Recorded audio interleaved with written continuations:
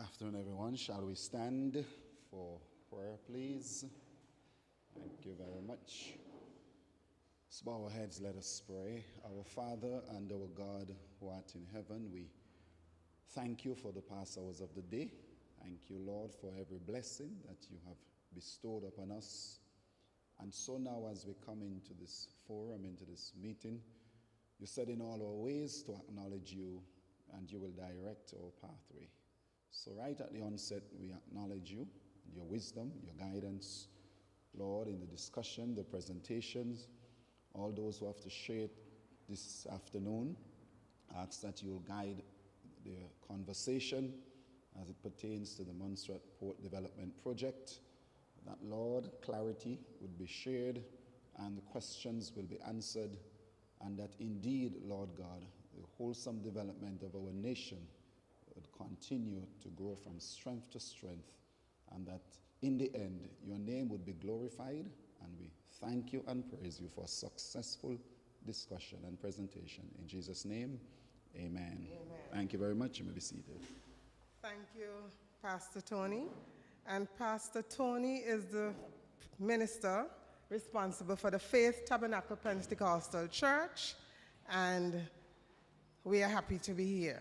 Thank you again, Pastor Tony. Special welcome to everyone who is here with us. I saw the Honorable David Osborne and the Honorable Veronica K. Dorset with us. Any more dignitaries? We are all dignitaries in our own rights, yes. Oh, and the Honorable Financial Secretary, she's hiding from me, and the PS. Welcome, welcome, nice to have you. And fellow Montserratians all, whether you are here physically with us, online, or abroad, visitors and lovers of Montserrat, we're happy to have you all here with us today. The Montserrat Port Development Project, community progress is our purpose, and for that reason, we're here to share with the entire community and to hear from you as well. We welcome you to this, our third town hall meeting. And this project, this Government of Montserrat project, is possible because of partnerships that we have with technical and financial partnership and support from people such as agencies such as the Caribbean Development Bank, the European Union, the UK Caribbean Infrastructure Fund.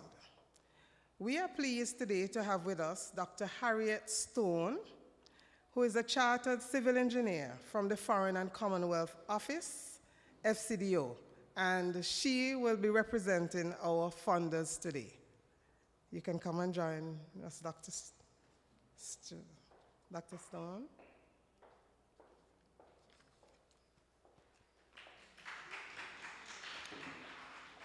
And then we have the three implementing agencies. If this was another forum that I'll be at, I'll be see how well you remember who the three implementing agencies are. Right? Anybody remembers? Let me ask.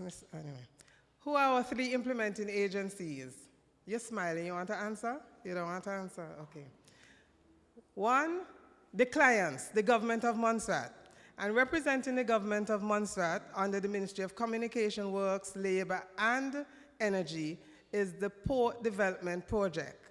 And we have Mr. Ralston Patterson, who is the project coordinator, who will be representing the clients tonight. Thank you. Then we have our supervising engineers, and that's Stantec. And representing Stantec tonight will be the resident engineer, Mr. Robert Bodage.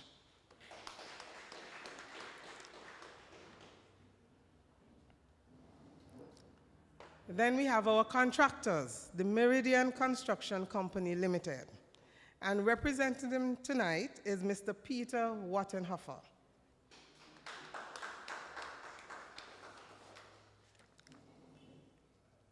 And we're going to go straight into it, and we're going to have greetings to us coming first from Dr. Harriette Stone from the FCDO.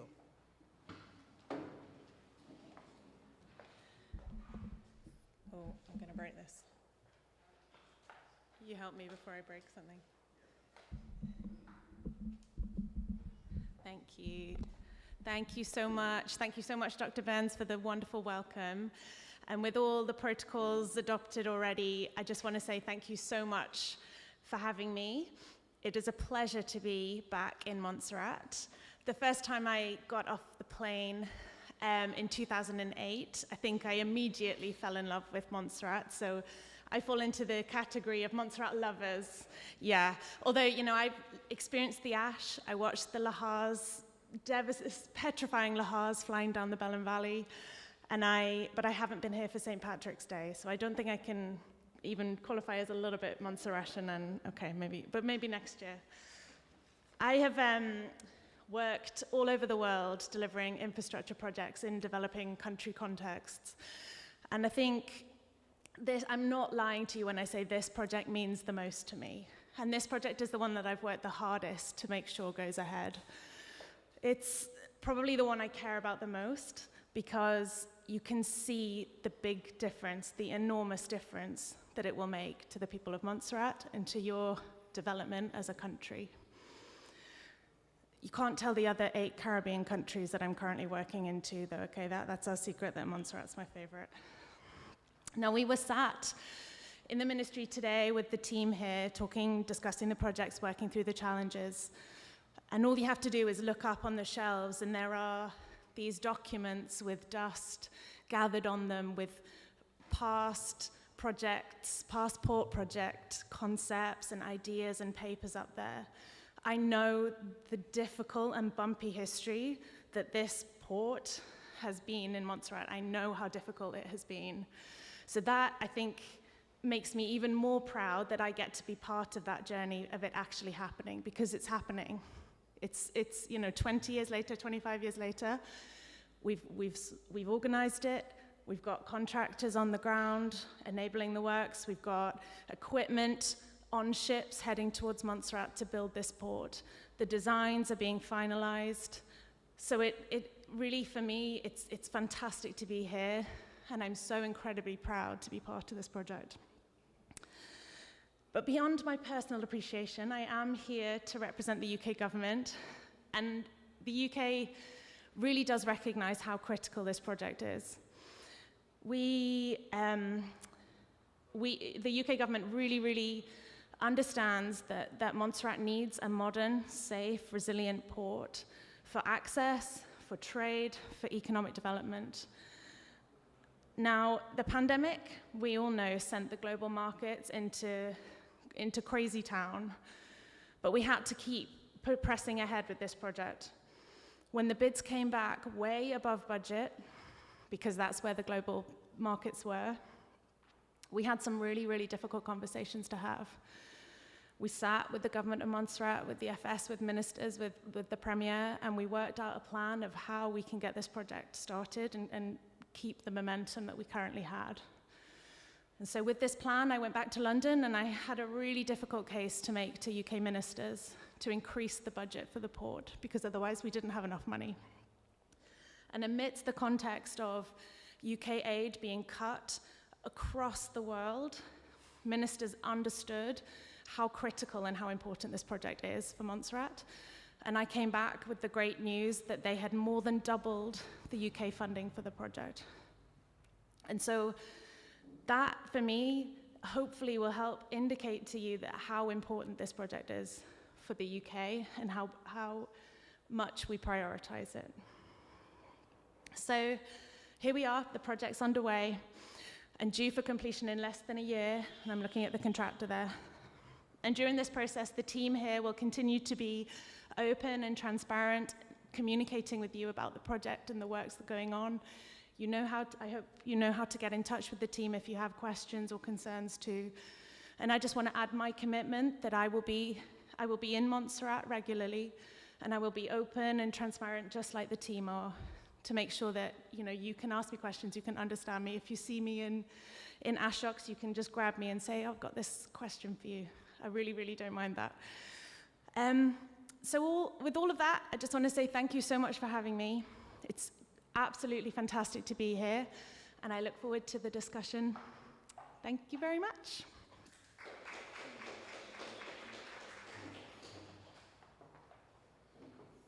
Thank you very much, Dr. Stone, Harriette. And now we're going to have some updates. First, Mr. Patterson from the client's end. Following Mr. Patterson will be Stantec's representative, Mr. Bodage, and then Mr. Wattenhofer from the contractor.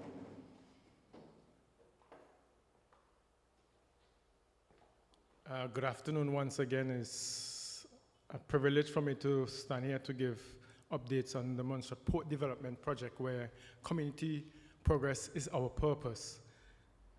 And so it's not only for me to be the project coordinator, but also to be a champion for this project. It's quite important. I recognize the need for us to have an infrastructure that would allow safe access into Montserrat. But here's where it all began, and I want you to pay attention to the next video, the video that I'm gonna put on the screen. I'm sure it will resonate with some of us. Just take a few moments, and I remember speaking to this video the last town hall meeting, but we can see right in the background there where Jaden's son, Montserrat Ferry, is trying to dock on our jetty, and was unable to do so because of the sea conditions. Redevelopment of Montserrat and reestablishing its economic sustainability requires adequate external transportation linkages with the rest of the world. As a result, the government of Montserrat has identified the Montserrat Port Development Project as a catalytic infrastructure investment which is required for the sustained development of the island, and is pivotal for Montserrat's revitalization. In terms of the key objectives, outputs, and outcomes, with the new structure, we should have a safe harbor, and the main focus of this project is to provide a safe harbor through the construction of a pier facility with about 30 meters of what we call breakwater in the first instance, and this will enable cruise vessels, ferry vessels, cargo vessels, and also for yachts and fishing vessels to have easier and safe marine access to Montserrat.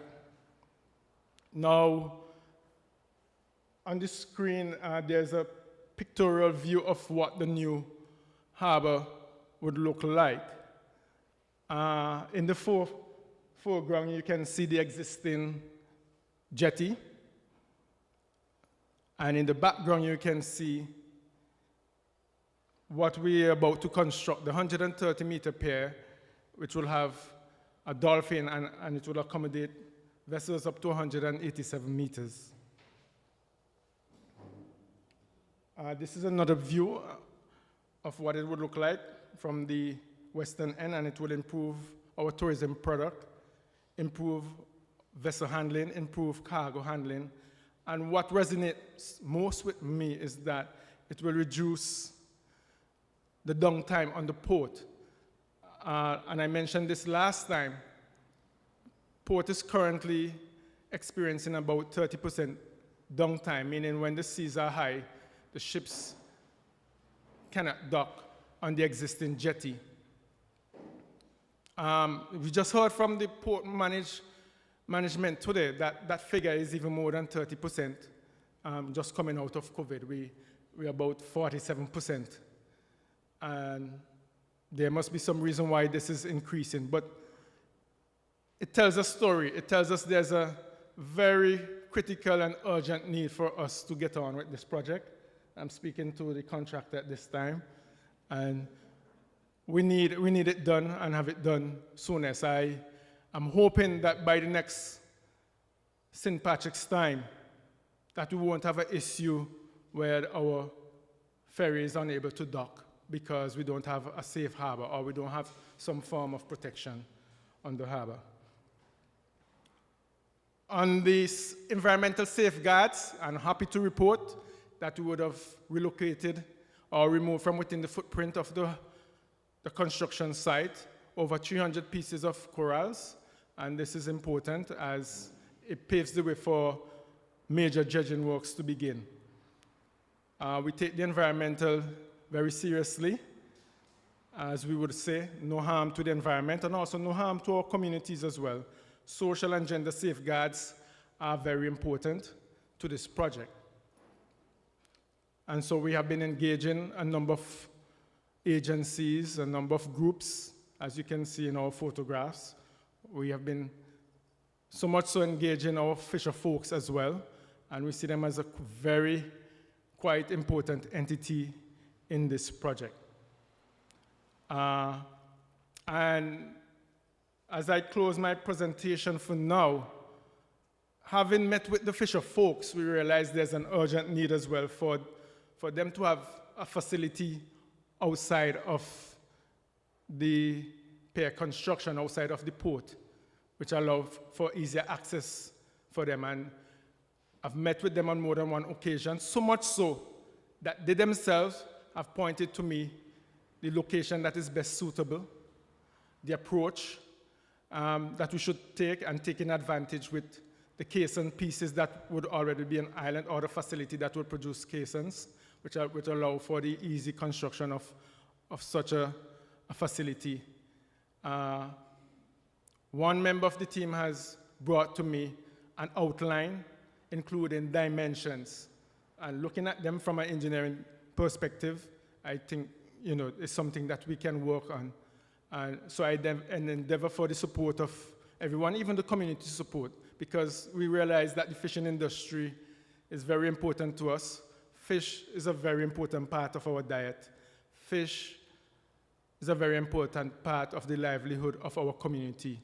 And so, it would speak well if we can come up with something, come up with funding, etc., that would allow our fisher folks to have a facility for themselves. And it would also allow us to preserve the social fabric of Little Bay as well. Thank you.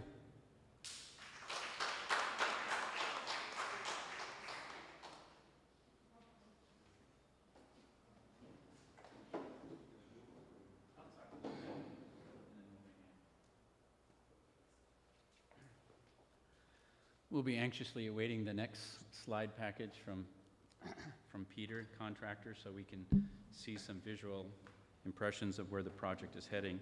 But as far as the design goes, and first of all, Stantec has a mantra and part of the culture which calls for design with community in mind, and that looks quite similar to your tagline, Ralston. I wonder where you got that from, but it's a good feature, design with community in mind, and that's been part of Stantec's culture for some time. So the design, thank you. Stantec delivered in the bid documents what's called front-end engineering, or 30% design. We developed the concept, we scaled it to the allowable budget, and we put together a series of drawings so that the contractors could bid the project. So given that 30%, we produced the engineering and the ocean studies relative to that piece of work. And so now what's happened is the contractor has taken their own engineers to advance the project all the way to completion. So to date, they have submitted a 30% design, which emulates the design that we had. And then we have evaluated that design and taken these drawings through our team of engineers to evaluate. And we've recently reviewed those drawings and submitted a letter of recommendation to the government saying that we believe that this design is substantially in compliance with the requirements of the contract for the 30%. Following that, we received a letter today from the government saying we do agree with that, with the following provisions. So we have conditional approval, by the way, on the 30% design, which is good news. At the same time, the designers are advancing the project, and they're about at the 60%. And so we would expect in the next few weeks that we're going to get another submittal of the 60% set. Now, we talked a little about this earlier in the meetings today. The difference between 30% is that 30% basically sets the geometry of the project. It says, here's our big idea, here's how we intend to handle, and here's our design approach. When we get to the 60% set, The 60% set basically speaks to, this is how we're doing the project, it's locked down, we're not changing it from this, and the only thing we're doing to completion is refining the detailing that's required. So once we get to the 60%, we're locked into a design. And that's where we're at today. So we expect that the 60% design is going to be delivered for Stantec's review in the next few weeks, and following 6 weeks later, we'd expect to have a substantially complete design. So we are approaching the end of the design. It's been a long haul, but I think we're here. So that's it. And I also want to say that along the way, our activities, we do have informal meetings with the contractor and with the government every week. So we try to keep abreast and understand what the pulse is every week. So we have a pretty tight group with the government and contractors, and we try to advance everything that we understand, and so there's no surprises along the way. So it seems to be the collaborative effort, the model that we're using seems to be pretty good. The last thing I'd like to say about the design is that it is certainly a robust design. We're starting to look at the overall design forces and understand the stability of the pier. It is a very robust design. It should last. It's intended to last for 75 years, and we're expected to have a design wave height, something like an extraordinary event of 40 feet of water coming over, and it will overtop on a few occasions in the life of the project, but it has the ability to withstand those kind of forces, so it is very robust design. That's all I have today. Thank you.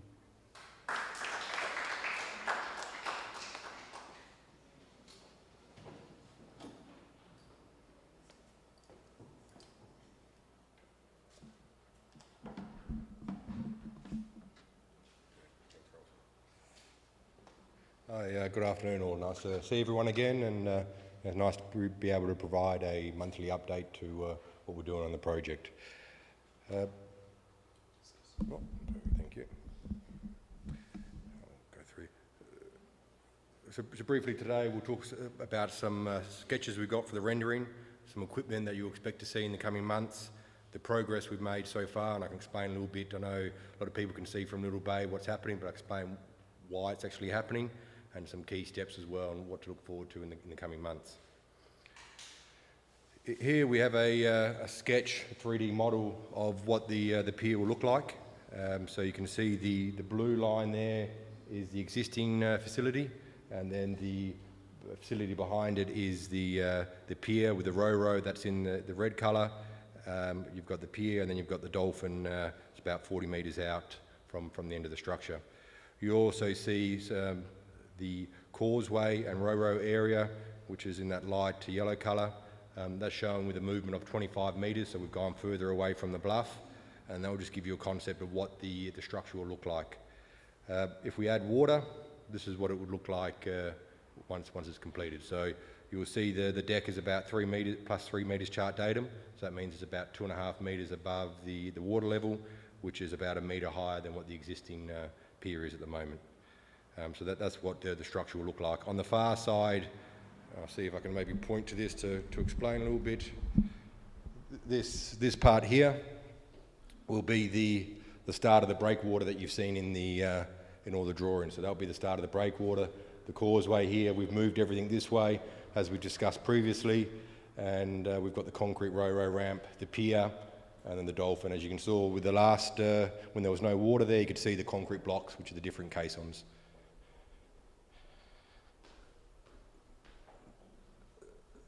So some of the questions we've had is about the equipment, what we're going to bring to site. So this is an example of some of the equipment we'll bring to site.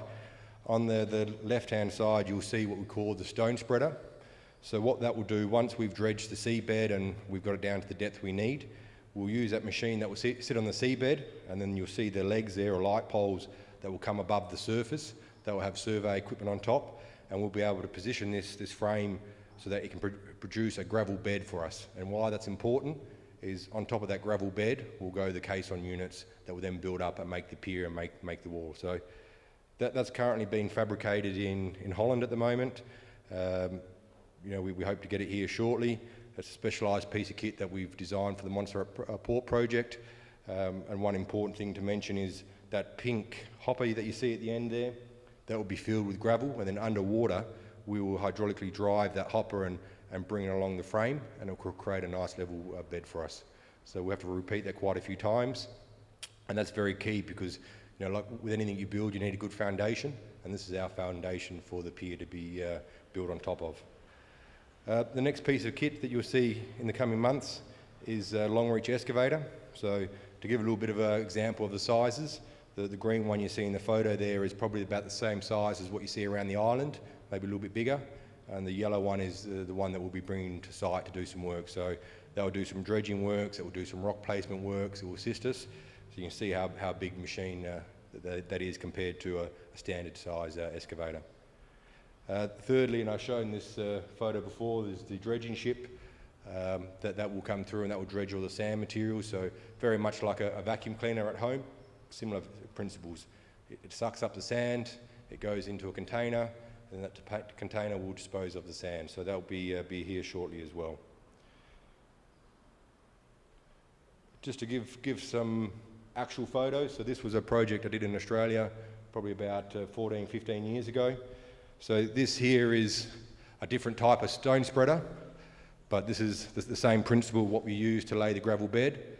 And then this here was a caisson. This was a full height caisson, but you'll see something very similar. We have a lifting arrangement like that with a concrete caisson, and we'll install them like Lego blocks. So just to give you some photos of past jobs where we've done this sort of construction before. The next thing we have, just to get everyone used to seeing this equipment, this is a concrete batch plant. So you'll see on the right hand side there, that's where we feed the aggregates and the sand into the hopper.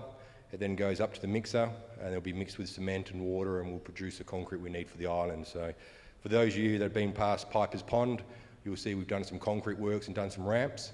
That hopper there, will go in between those ramps and we'll use a loader to be able to fill that hopper up. In the top left-hand corner, that's our recycling plant. So the concrete waste we generate, instead of disposing of it and having to take it to the rubbish tip, we'll actually put it into the recycle plant. We'll separate the water, we'll separate the aggregates, and we'll be able to reuse those aggregates and sand and actually recycle the concrete instead of wasting it. And then lastly will be some trucks, some concrete trucks and tipper trucks that obviously you see on the island. We'll have a few to service the batch plant as well. So that was a little bit of an indication with the equipment, what to see in a few months. I hope it explains some questions some people might have. The next slide we have is just to talk a little bit about the progress. So this progress here is obviously the existing pier. So that's what everyone's aware of. We've dredged as much as we can here with our crane. So we've gone as deep as we can, we've gone as far as we can with the crane at the moment. We'll come back with a long reach excavator to do some further dredging out here. We've created this rock pier here that will allow us to unload our equipment with our vessel, the Gulf Meridian, and with barges. So that landing spot there, a barge will come and stand here, and then we'll be able to unload the materials that we need for the job. We've created this temporary access road to get us out to where the pier will be built. Currently, the outside of the pier is roughly where that finger is here. So the pier will be somewhere here, and this will be the start of the row, obviously further out. So that's allowed us to get out there. It's allowed us to create some space for ourselves. So when we start the construction works, we're already there. We will be building ourselves a little boat ramp here, so we can launch our vessels that we need for construction. And then when we do the causeway, we'll move that boat ramp out a little bit further for ourselves as well. So just to explain there. Another important part that we've done is you'll see along here we've created a sand berm because we're concerned about the safety of the workers. So if any rocks do come down, we've got a sand berm there to protect the workers and for them not to be injured. Other things that we've done is the coral relocation. So these are some photos of some corals that we've relocated from the area. Obviously, not everyone sees it. Obviously, those that dive and snorkel will see the works that we've done, but just to show that we have been working there and moving some corals. The government got another subcontractor in to assist, and they moved quite a few as well. So it was a joint effort there.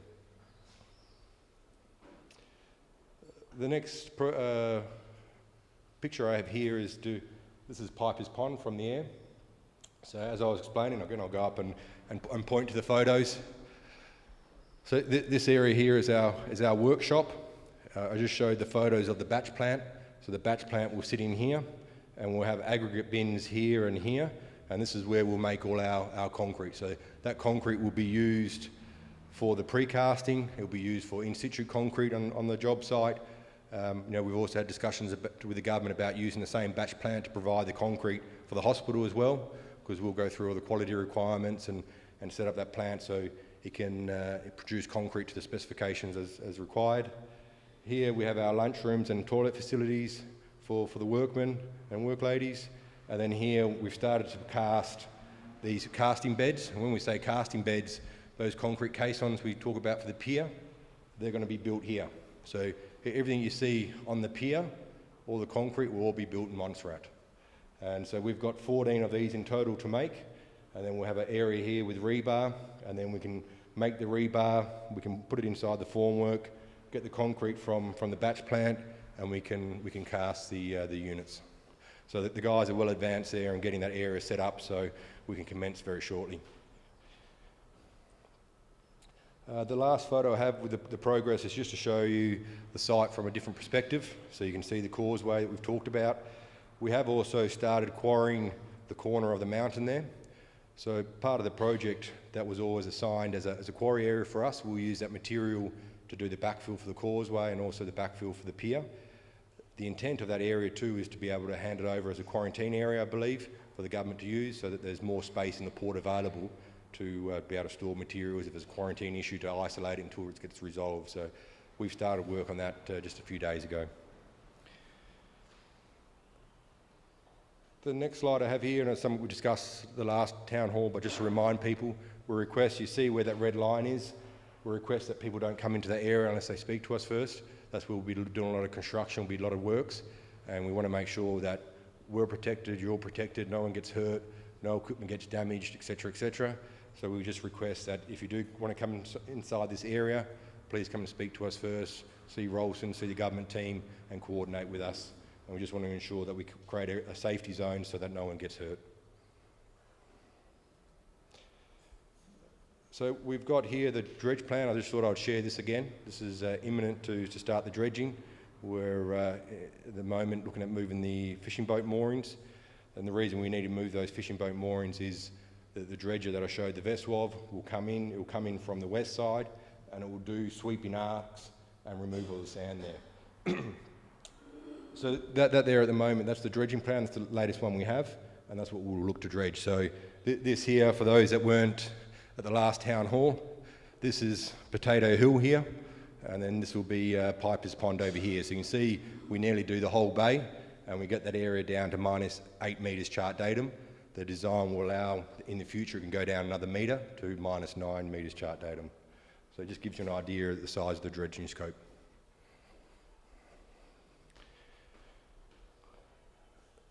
So the last slide I have here is just to talk about the key steps. I think it's important to let the community know what are our next steps. We've obviously been talking to the government about the pier movement resolution. So this is about moving the pier 25 metres away from the bluff to create more area, to reduce costs. If we don't move that pier, we have to start rock dredging, which is an expensive operation. And it also gives some security to the pier by having a buffer distance away from the cliff. With the design, as Robert mentioned, we're about there at 60% design. So that means that we've got our concept, we've proven the concept worked. We're now going through the details to talk about how do the joints of the concrete blocks, how do they come together, how does the pier and the ro-ro work together in detailing the rebar, the thicknesses of the precast units, the thicknesses of the concrete. So we're working through that. We had quite a successful meeting about 2 weeks ago in Houston, where we had ourselves, we had Stantec, we brought in a third-party engineer from Holland to do a constructability review and make sure that we were doing things efficiently. And we had quite a good week there to resolve that, talked about specifications, etc., etc. So for us, it's very much to get that design package completed. Next is we're looking at the aggregate supply for the concrete. So we've been working with the Department of Environment and the government about biosecurity as well. So we've gone back to the market to see if we can import aggregate from a safer island, so we eliminate or reduce the risk of importing any animals that are not native to Montserrat. And then alongside with that, we've got to order the rebar and the formwork, etc. So with the design, when we get to a certain stage, especially about 60%, it allows us to start ordering this because we know the size of the rebar, we know the size of the formwork, etc. Dredging we just talked about, that's pending. Just vessel availability. Obviously, these dredging vessels aren't parked up somewhere. They're busy, and you've got to get into a slot. So we're waiting for the vessel to become available for us. It should be here imminently. We're really waiting for that to happen. Concrete batch plant that's currently in Martinique. So we're going to send our vessel down to Martinique to go and pick up that concrete batch plant, and then it'll take us a few weeks to set that up. Along with land equipment, I showed you some of the land equipment that's coming, so I'll be heading to Europe this week actually to go and purchase the balance of that equipment, get that on a vessel so it can come to the job site. Permanent works, so we showed about the causeway. And maybe if I go back there, I can just explain what we mean with the causeway. Sorry. So what we have to do with the causeway here is we've done this temporary causeway, but the actual main causeway comes out to about here. So we want to be able to go and do the permanent causeway, make it the full width, and that will be the first part of the job completed. Will be the causeway will come to the ro-ro, and then we can start the construction of the ro-ro. So the construction of the causeway is imminent. We're waiting for approval from the physical planning unit. We're waiting for some specifications from the designers on the material, and then we can commence that. And then lastly is the onboarding of additional labour. So we've been through a process about using subcontractors and labour supply companies, and what we found the best is for Meridian ourselves, we'll actually employ the local labour ourselves. So you will shortly see adverts going out on the radio and other social media sites, and we'll start asking for applications, and we'll actually start employing our own workforce. From now to peak production, we want to get up to about 50 to 60 workmen and work ladies. We are looking at a Women's in Construction Day as well, to see what interest we can get in from women and youth, and give them experience to drive a machine, interact with some of the tools so they can see, is this a career for them? Is it something they want to get involved in and get be part of this process? So the adverts will come out for the labour hire, and then there'll be advertising for women and youth in construction, and we'll try and provide some experience, because it's always easier when you have an experience compared to just thinking about it and not too sure how it feels. So we'll provide a day where we'll open that up for the youth and women to come and experience that. So that's all I have. I don't know, Dr. Burns, you'll take questions? Thank you very much to all our presenters. You want to take that? Yes. Thank you very much to Dr. Stone, Mr. Patterson, Mr. Bodage, and Mr. Wattenhofer. Now the floor is open, and there's a microphone in the center you can use to pose your questions. Who wants to be first?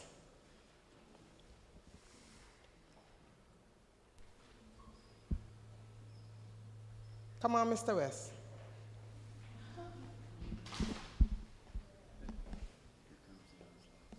Thank you, Dr. Burns. You know, I'm never shy about opening the batting. Okay, go ahead. I was wondering if Mr.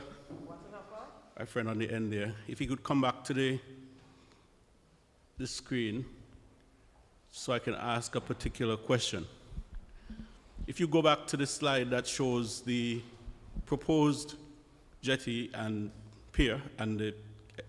This one? Well, that one could work, but... Or this one? Maybe that one. My question is, just from my layman's view and vision here, I want to ask the question, if there's a cruise ship, as intended, berthed on the inside of that new pier, in front of the ro-ro for the new pier, would it be possible for the existing ro-ro ships that we have now to come into the existing pier on the ro-ro end? So I can answer the question, but at the end of the day, it will be up to the skippers, the masters on the vessels. Also, the port will decide how they want to operate the port. Seeing what we're seeing, and depending on what size vessels are in at the moment, there should be the ability to have simultaneous operations between the existing pier and the new pier. Just that it looks a bit close from my layman's eyes, looks a bit tight. Correct. So if you have $1 million cruise ship there, would you want to be pulling alongside? And that's why I say it's up to the masters at the day to understand. So you're saying it could be dicey? Potentially, depends how big it is. If we have one of the ships that we showed in the last town hall, one of the vessels that are sitting out here, that's quite big, and there's there's obviously different size ro-ro vessels that come to the island, and there's the biggest one that's come. I think it's called the Midnight Dream or Midnight Express. that's going to be up to the masters to decide what they want, you know, whether they want that to happen or not. If the weather's calmer that day, there is also the possibility to go on the outside of the pier as well. Okay. But like any port, it's down to the master and the size of the ships. Okay, fine. One more question while I'm on my feet, probably to the FCDO engineer. She indicated that she was close to the money, so I wanted to ask the question. I think there was a confirmation at the last meeting or somewhere recently I heard that there is already a possibility, a very high likelihood, that you will require more money to do the job. And I'm cognizant of the fact that the contract that you would have put in with your dollar amount is over a year old now, correct? Yeah, correct. Right. So with inflation and everything, there may be need for more money. I'm just wondering if FCDO is across this and are ready with the checkbook. Well, I definitely hope they are. But So I lose sleep over this question. Let's put it this way. So we're in the same place, okay? It's my job to make sure that this project is a success. It has what it needs, doesn't spend too much on stupid stuff, and we get the right value for money. But as we know with all infrastructure projects, they take longer and they cost more. So we have built-in contingencies. There is a project contingency that Rawson holds, so there is cash there waiting to be spent on things that it hasn't been allocated to yet. FCDO also has additional money waiting for this project if it needs to be used, but there is tight boundaries around that money because I don't want it to be wasted. And well, I've had to promise that it won't be wasted. And frankly, I wouldn't want to be the minister who, if Harriette came in the room and said, we've built 95% of a port, I need another whatever number, you're going to have to help me out here. Would you want to be the minister saying, no, 95% is enough? Obviously not. So, I can't give you guarantees because it's not my decision, but I will always make the right case for this project. We have made it this far. You've seen the willingness of FCDO to increase the budget when it's had to be done, and that was at a real pinch point in the UK economy, the global economy. So, I can't stand here and say, checkbook's ready, how much do you need? But I hear you and I understand you. We're not at that point yet. I don't have to have that conversation yet, but, I'm working hard with Rawson and the team to monitor the budget, monitor the finances so that we're ready to react when we need to.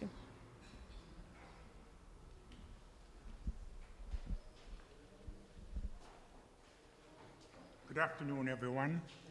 As Mr. West was asking about the closeness of the new pier to the old one, since we're still in the designing stage, can the new pier be moved back a little? Just how it's coming this way, can it be moved back about 100 feet, 200 feet back that way to give more room to the other ships that will be coming in? We're still designing. We have not reached any point of a definite plan as yet. Could you consider moving it back? It is showing very close there for ships to come in. Is that can that be considered? So that's a question for the government and Stantec. We've been given a boundary where to build that pier, and there's dimensions in the contract for us saying where we can shift it, and we talk in metres or tens of metres, not in hundreds of metres. So I think that'd be a question for the government or Stantec, because we were given the design concept and we had to work within a certain footprint. I am not asking for anything to be changed in size. I'm just asking for it to be shifted. The same length can be there and the same size of everything, but it seems it needs to move back a little. Can't you see that? We understand your questions, and thank you. Just to let you know that this version is version K of the design. So we had our ocean engineers who looked at the currents and the wave forces. There's competing interests here. When you put the pier away from the existing pier, you lose the protection. When you go close to the pier, you gain protection. So there's some optimum location that was decided, including the angle between the two, 24, they're not parallel. They're 24 degrees closer than you might think. This is to optimize the protection of the existing pier and the bay. So to answer your question, there are preferred locations, but for the budget that was available, this design went through many, many iterations to optimize it, and this is where we landed. When we landed on this final design, there was a budget, and then finally it was established by the government that this design needs to be procured and built. So the decision that you've asked has been asked very seriously through the process of design. This is where we landed. With the budget, I would say it's the optimum design that the designers could reach for the budget that was allowed. So that's where we ended up. So it then seems to me, sir, as if you're using that new pier as a breakwater. The new pier will perform like a breakwater, yes, yeah. It will certainly perform like a breakwater because it's a massive gravity structure. So it will actually improve the performance and the calmness, and it'll reduce downtime significantly for the vessels that are approaching the new pier and the existing pier. So what you're saying is then that is it? At this point, that's what we've been instructed to do, yes. Thank you. Thank you. While Mr. Osborne is coming, we do have some questions online. This question is asking, will the dredge material be used within the construction phase, or will they be otherwise used on the island? I could tell you the dredge material will be disposed at a site that is located just off Plymouth, just to answer that question. And just looking back at the question that was asked at the last town hall meeting with regard to the overall cost of the project, including the full breakwater. And I went and looked back at the document, and it's stating that the overall cost would have been in the region of $211 million compared to our current contract cost, which is about $90 million. It's stating that the breakwater element itself was estimated around $22 million US. So just to answer those questions. So go right ahead, Mr. Osborne. Yes, I want to join with Mr. Isles in terms of the pushing back of the pier in terms of giving a little bit more space on the inside. In terms of, I'm just thinking, and the gentleman said it would cost X amount of more money and whatever and so on, because what I'm saying is that where the main dock is, I am thinking that should be where the loading, the ramp should have started, and the dock be behind that. That's my thinking. As the gentleman said, the reason why it's there for protection for the older pier, but I mean, with all the years of that older pier being there and the amount of bashing and get with direct water, obviously the new dock that is there would be a breakwater system plus a usable dock. So I am thinking in terms of the space. And then the other gentleman from Meridian or whatever it is, they did say that they're going to be dredging the whole dock. So I'm going to ask this question in terms of the largest vessel, which is the Dream for that comes in, which is the largest roll off. And if you're dredging the old pier, what is the depth are you hoping to get on the inner part of the older pier? Because remember, there are two ramps that are there at the dock, the inner one and the outer one.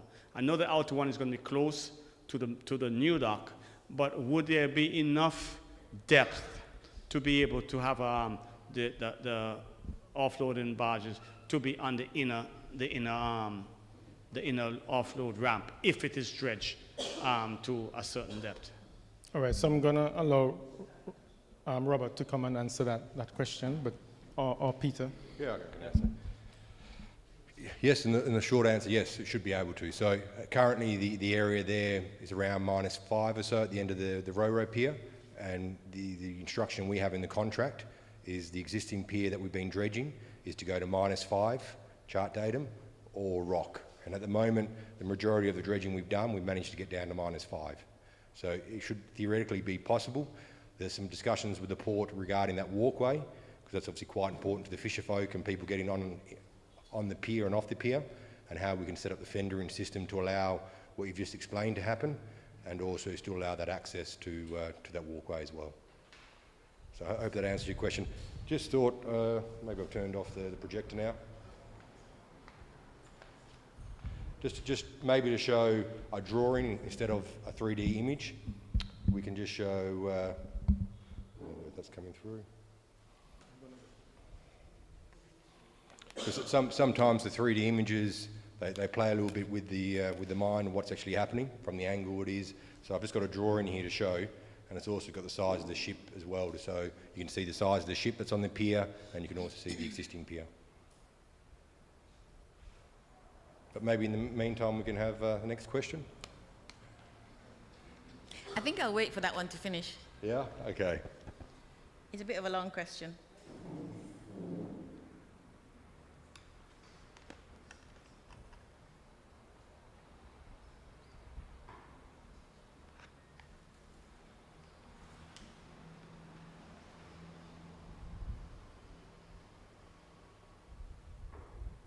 Or it might come up. The answer to that might come up in my question. Okay. I need you to allow me, please, maybe about 3 or 5 minutes. Because there's some points I think are important that we have been skimming. And I think it is really, really important that we talk about them. If you stay long enough in Montserrat, you'll eventually hear a phrase, no long talk, which generally means that we all know what the problems are. We know exactly what happened, what the issues. Everything is obvious. We don't need to discuss backstory, history, and all that. So I just get straight to the point. Also because I believe that this jetty development phase project is one of those. And that is my first point. We have been told, we keep hearing over and over again from the government about a port development project, when our meetings have made it perfectly clear it's not a port development project, it is a jetty construction project. I asked those questions very specifically. What happens to the port? I was told nothing changes except this new jetty coming in. The processes and procedures at the port don't change. So we're not getting a port development, we're getting a jetty. It's a big, big significant difference. Both Meridian and Stantec, and every time I come, I let you gentlemen know, my questions are not for you. My questions are for the FCDO and for the government, right? The people who set the terms, who ask for what this is. You have said over and over again that you put down a jetty, and we've had that corroborated.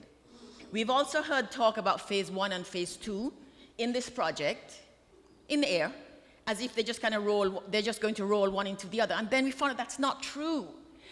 The first, phase 1 is this jetty, and the breakwater that we have been hearing about, the 16-foot tall breakwater, will be phase 2, which I'm told by the government, for which I'm told there is no project being discussed, developed, no funding being sought. So in fact, the last time I went to a meeting, one gentleman here said, so then we'll get that breakwater when fowl have teeth, which means in Montserrat parlance, never. So again, it feels like we're being twisted. We're told these things and then they're not real, so it bothers me. Both Stantec and Meridian and the government people have acknowledged that the current state of designs does not solve the problem.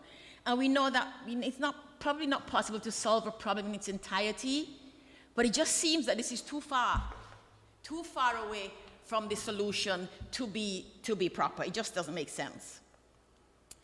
It is clear that the current position of the jetty will cut Little Bay in half. Little Bay is already small. It'll cut it in half, and the usable half, will be less usable than what we have right now, because fishers, yachties, recreational users, swimmers, and so on will be compromised. Their activity will compromise. The restaurants, when you make this place that small, not the fear, the reality is that it's going to get dirty. And I had a meeting with the Premier a couple of weeks ago, and he talked about silt. We're not talking about silt, we're talking about garbage. Dead dogs and styrofoam cups and stuff will be in there, and the water will be dirty inside Little Bay, which means that we won't be able to go to Little Bay and sit and have a beer and look at the beautiful sunset and clear, pristine waters. It'll be filthy. Furthermore, the tourist boats coming in, and this pier, from what it seems to me, is being built with specific cruise ships in mind. Not just specific size cruise ships, but specific cruise ship companies. They will come, and in a few years when the water stinks, they will stop coming, so our tourism project will be compromised. The other thing about cutting the little bay so in half is that the back side, the northern side, will be dead space you can't use for anything. And we saw a slide just now that showed a ship on the outside, but you also said in other meetings that once the pier is done, there'll be no berthing on the outside, on the northern side towards Rendezvous, only on the inside. So half a little bay, small little bay, will be dead water that we can do nothing with. Because all that water coming in from Rendezvous will just be running back. It'll be unusable, right? I know that we have people here who have talked about, who have offered solutions, ideas for solutions, but I hear also that you're saying we are at 60%, so nothing's likely to change anymore. That's a problem. That's a problem.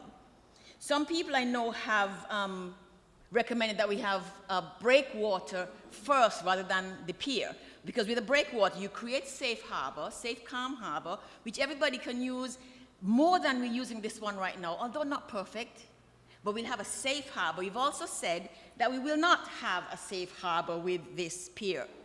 We won't have a safe harbor. We'll have some improvement, but nothing much. Furthermore, I've asked the government, I asked the Program Management Office chair weeks ago, can I please see a document that shows the comparison between the economic contribution of this particular pier, jetty, everything, compared to the new one? I have not got an answer. I asked the Premier the other day, and he said, oh, they're working on one, and just kept moving along. We would like to see one, because what is happening here, what we are afraid of, many of us are concerned about, is that we are putting in a pier, not a jetty, not a port, a pier that will not contribute significantly to Montserrat's economic progress and will in the process destroy so much and put so much at risk in Little Bay that it will not be worth it. So we would like to see those figures, please. It is critical that we do that. Now I realize that nobody's surprised that the government is having such a hard time getting a decent port for the island. So I have a couple of questions really. How is it, and this is for FCDO and the government again, like I said, how is it that even with all these assertions about the Great British family and Britain being keen to ensure the economic growth of its overseas territories, and all these questions, these expressions of deep and abiding connectedness as a Great British family, how is it that the FCDO has such difficulty granting Montserrat the support it asks for and the support it needs in order to do what you say you're committed to have us do, which is advance? I ask that because, aside from any monies that this port might cost, Great Britain is the maritime power of the world. It has been for centuries. So Great Britain has been going into other people's countries, building ports, using ports for centuries. You know exactly what a good port is. You know the characteristics required of a good port. How is it that you are not supporting Montserrat? How would you have us believe that this jetty thing is going to support Montserrat's advancement? There will be no economic growth from it. There isn't any right now. There's not going to be any. Exactly, and there's nothing coming up. No. Let me finish. Is that it's not just the government to support the people, it's also the people to support themselves. So the fact that you're asking the government to help support development. We can't build a jetty. We can't build a jetty. And more to the point, more to my point, let me just answer this gentleman. The government has a responsibility. The government has a responsibility to provide the environment within which the people can develop. This is not it. And I'm not saying this just because Shirley Osborne thinks it. I've had conversations with fishermen and lifeguards and business people and so on, and they all feel the same way. So my question, Madam, Dr. Stone, what will it take? What would it take so that this $100 million does not go to waste, and so that it will not be said of Montserratians for centuries to come that we got $100 million and wasted it? It's being said now about all kinds of things about our development, money put in Montserrat since 1995. You get money, you do nothing with it. So what would it take to ensure that we do not get another instance of something that the British government is going to put $100 million into that will not work? What will it take?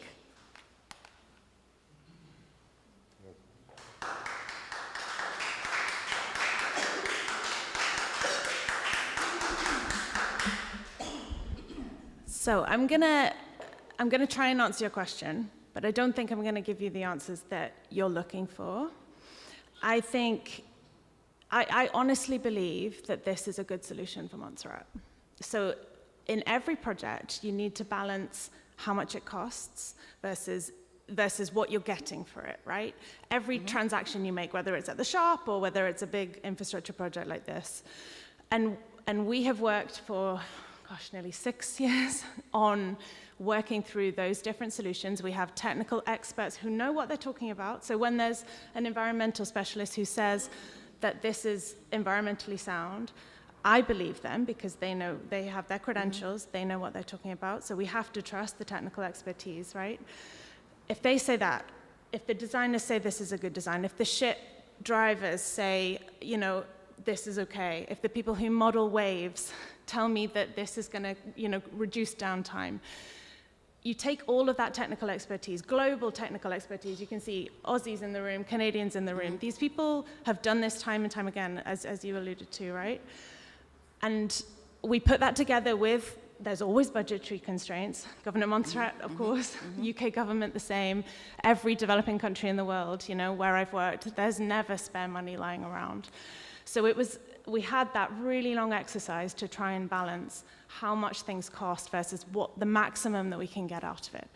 I acknowledge this is not the perfect solution. It's not, but it's a good solution. It's not. I disagree. I do disagree. I think there's analyses, there's economic cases, there's all of these things that show me, that make me able to go back to my ministers and say, I need another X million pounds to make this project real. Now, I agree. I think there was a bit of a discussion, and I agree with part of your point where you said, it's just a jetty. There's a bit of infrastructure around it, but yeah, it is just a jetty, but it's a jetty that's going to create more capability for ships to come here, whether they're cruise ships, whether they're ships that will enable trade, ferries, all of that, which is all important. That's a positive thing for Montserrat, right? We can all agree that, I think.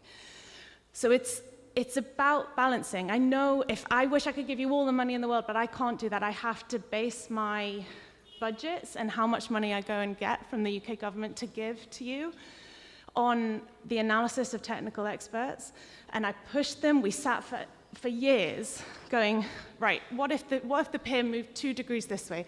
Okay, what if the pier moved out a bit, moved in a bit, moved north a bit, moved south a bit? We worked through it all to try and get, you know, I don't want to come here and cause harm. Why would I want to do that? I work in development to try and enhance your economic development. That's all of our aims. And we've worked through this meticulously. This isn't a game at all. You know, we're here to try and help the best we can. I understand that different people, there are infinite different solutions that could be drawn up, yeah? But we as engineers and the technical experts have come up with these different scenarios that we worked through for years to try and get the best balance of what we could get for the money, what we believe will drive or provide a platform for economic growth. And I agree with you, you can put some concrete in the ground, but it's not going to mean economic growth. There's a lot of steps between there, right? So we need to keep our eye on that, and that's in the private sector where perhaps your businesses can have opportunities too, or it's in kind of government policy that, you know, the government are working on, and I can't speak to that directly. But it's always a balancing act, right? Yeah, I hear you, and I take your points.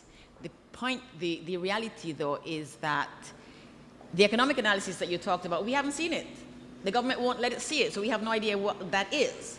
And all of the quantitative and qualitative analyses that we have done as Montserratians points to this not being made, and including information that we've heard from the gentleman working on the project, that this will not make a really serious difference.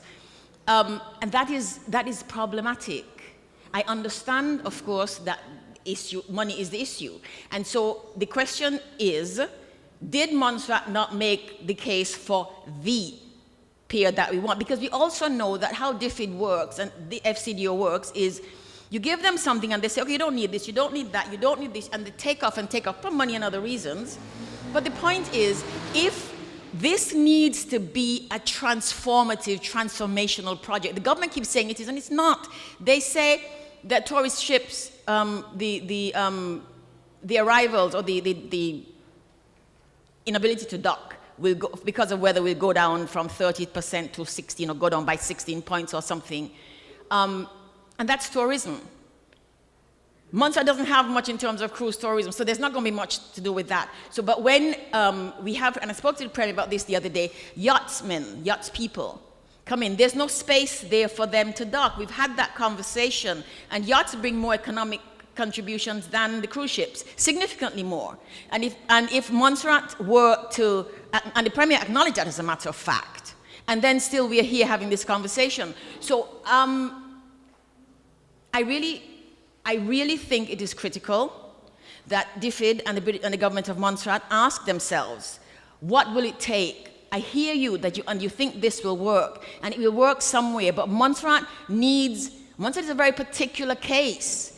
It's been 25 years. 25 years with nothing. Bits and pieces, little bits and pieces, not one of which is making a difference to Montserrat. And so, in the British papers, from time to time, we hear about the money that Britain is putting into Montserrat. That's not making a difference because Montserratians don't know what to do. They don't know how to use money. All that stuff annoys me. We need to stop that. We need to make sure that stops. And so my request, my humble request, is that you give it some thought. Look at it again, because this is not what, it's a good pier. It's a good, it's a good pier. There are also ways of absorbing caissons that would do better work than those, but that question is a question of money. About Montserrat right now, money cannot be the overriding issue. There are people here who want to be here, who want to develop a private sector, a public sector, good schools, education, hospitals, all that stuff. We won't be able to do it with this. The government will not earn much money from this. The people of Montserrat will not earn much money from this. And so the only option for this is that we sit here, get this, and then 10 years, 20 years, 30 years, 75 years it's going to last.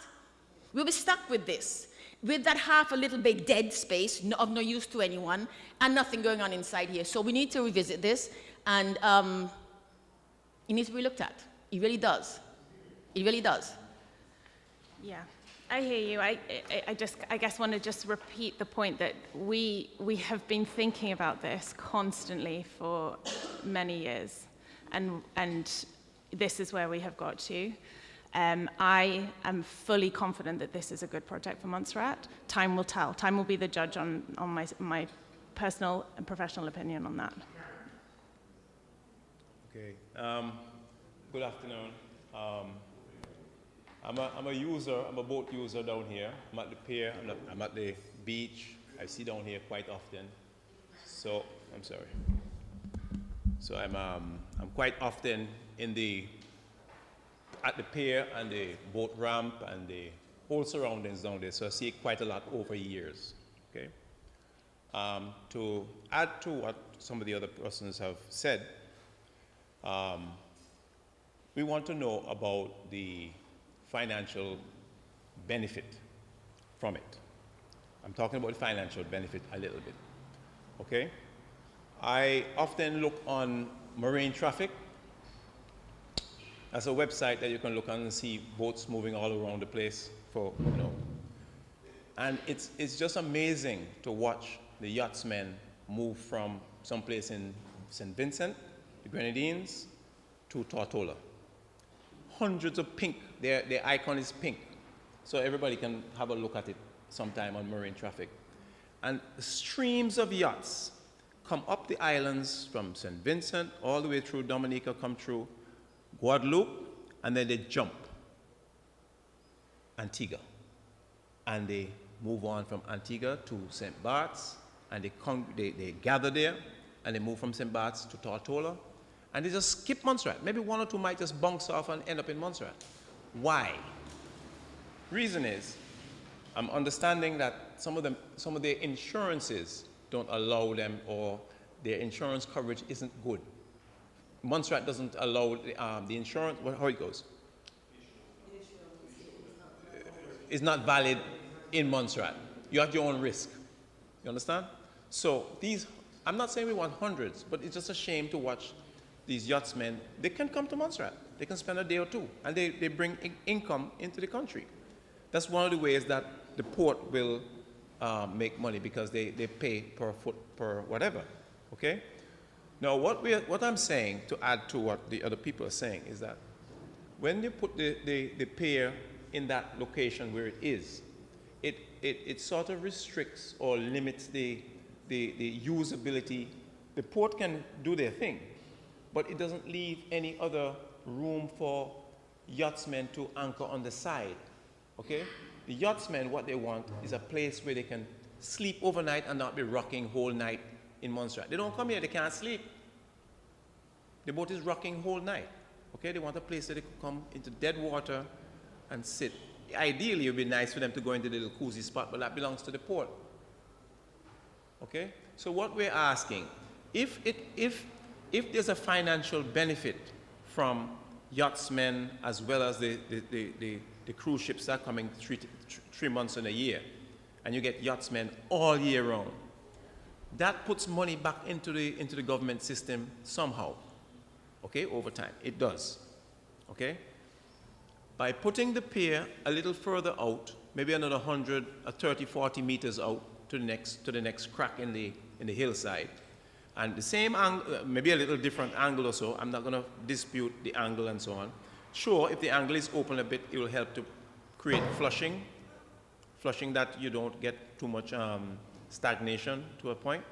But it will be beautiful if we could attract some of these yachtsmen here, because it puts money directly into the economy, right? That's one. Number two, the fishermen's side of things. Most people in here, I could tell you, none of them has eaten a fresh piece of fish for the last 2 years because they can't get it. They cannot get it. Why they can't get it? Because the fishermen are limited in their fishing vessel, they're limited in their fishing equipment, and so on. They can't spend that overnight because their boat is too small.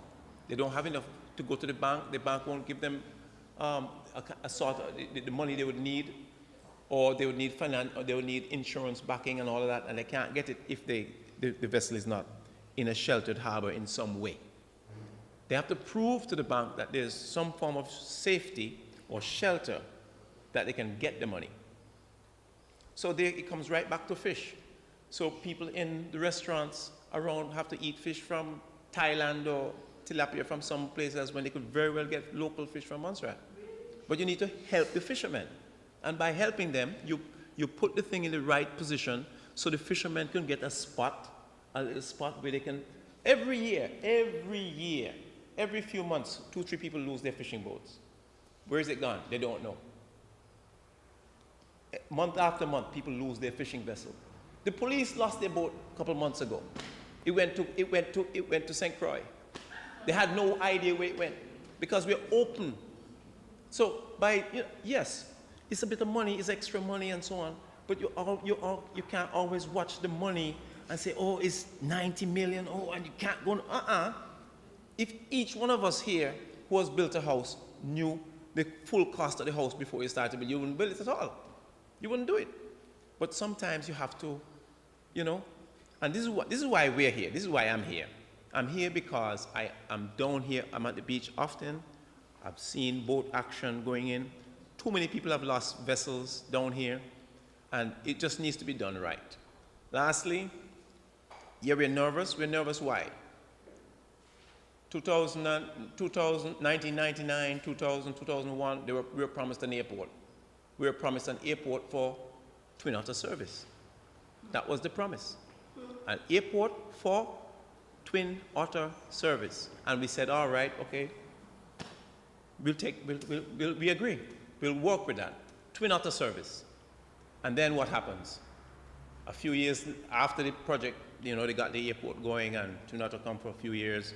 Then they find something and pull the plug. So how do you lean and trust the people who have sent all the financial, all the consultants and the EIAs and all that stuff came from UK, came here, they did the study, and then they pull the plug and they change the program. So we ought to be nervous as to what's going to happen here. So this is why I'm up here. Okay? So I think really and truly, as what Mr. Isles said, he's an experienced gentleman in construction. I think really and truly it needs to go out a bit further to protect the area and give all the people at stake, the fishermen, the yachtsmen, and the port, usability. Okay? I'm just saying as best I can.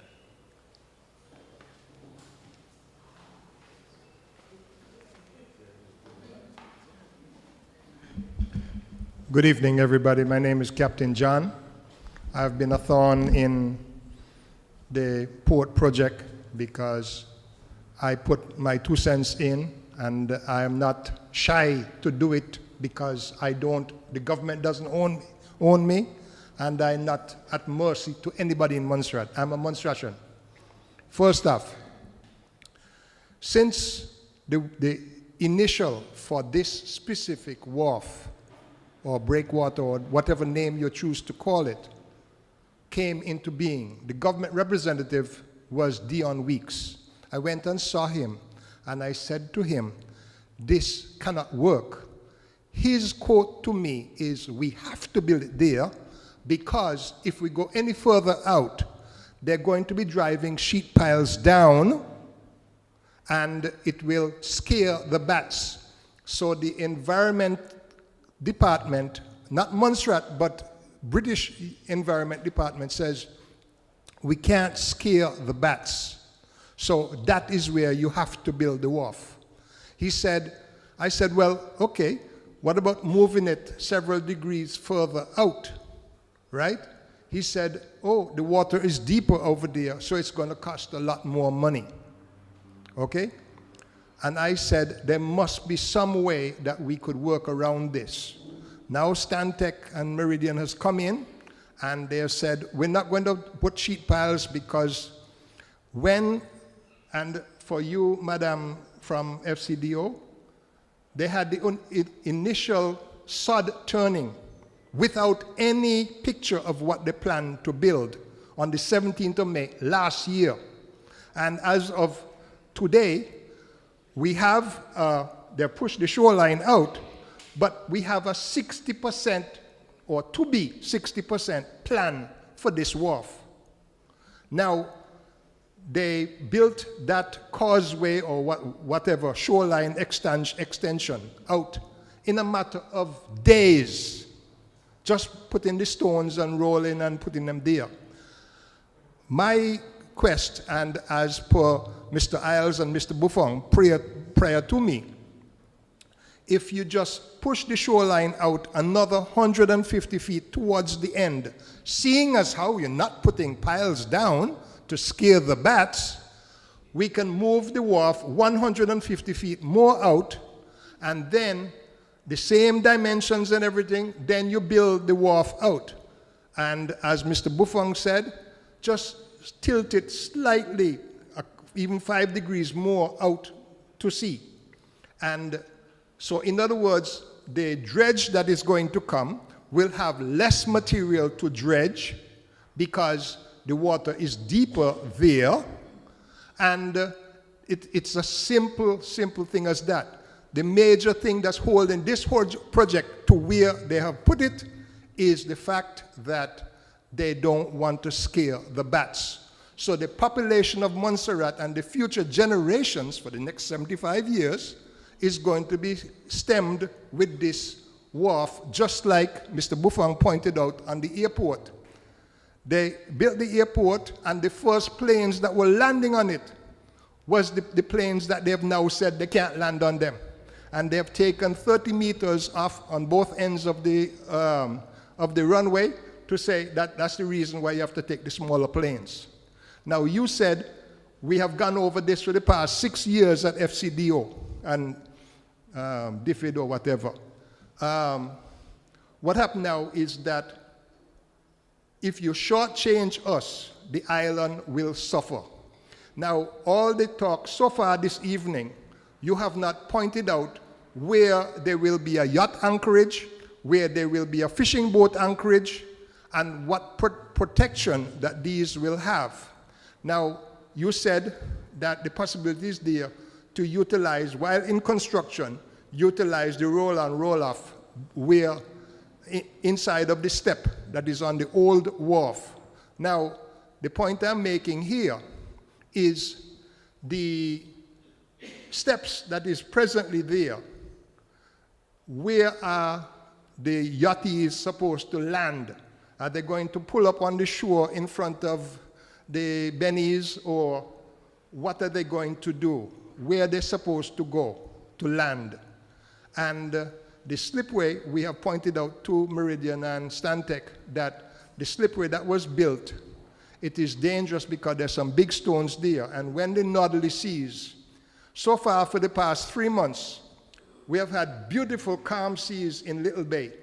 And it would have been opportune for Stantec and Meridian to start building the wharf while we had the calm seas, because when those northerly seas, as we saw in the beginning of this program, you see how rough it is, you're going to see it rougher than that before you start construction.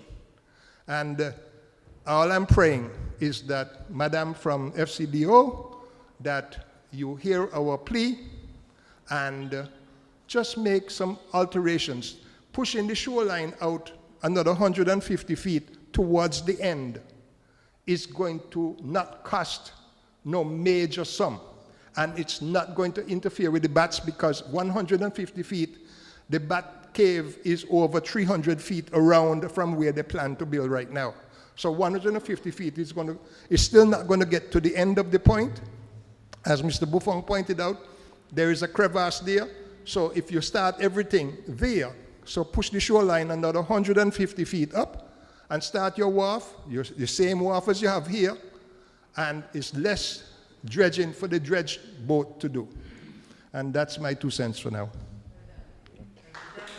Just quickly, I'll just, I promised earlier on to explain this. So we're waiting for this to load. So this is actually a drawing, so it's not a 3D render, it's actually a drawing to scale. Here, for those that can't read it, this is the existing pier here. This is the causeway, and this is the new pier. It might be difficult to see on the screen there, but there's a yellow outline showing the different size vessels that can come in, and also on the outside. So there is a bit of room there between the existing pier and the new pier, but as I said earlier, it's up to the masters of, if they decide they want to come in and moor here while there's a cruise ship there. But just to give a bit more of a scaled view of what it would look like once it's built.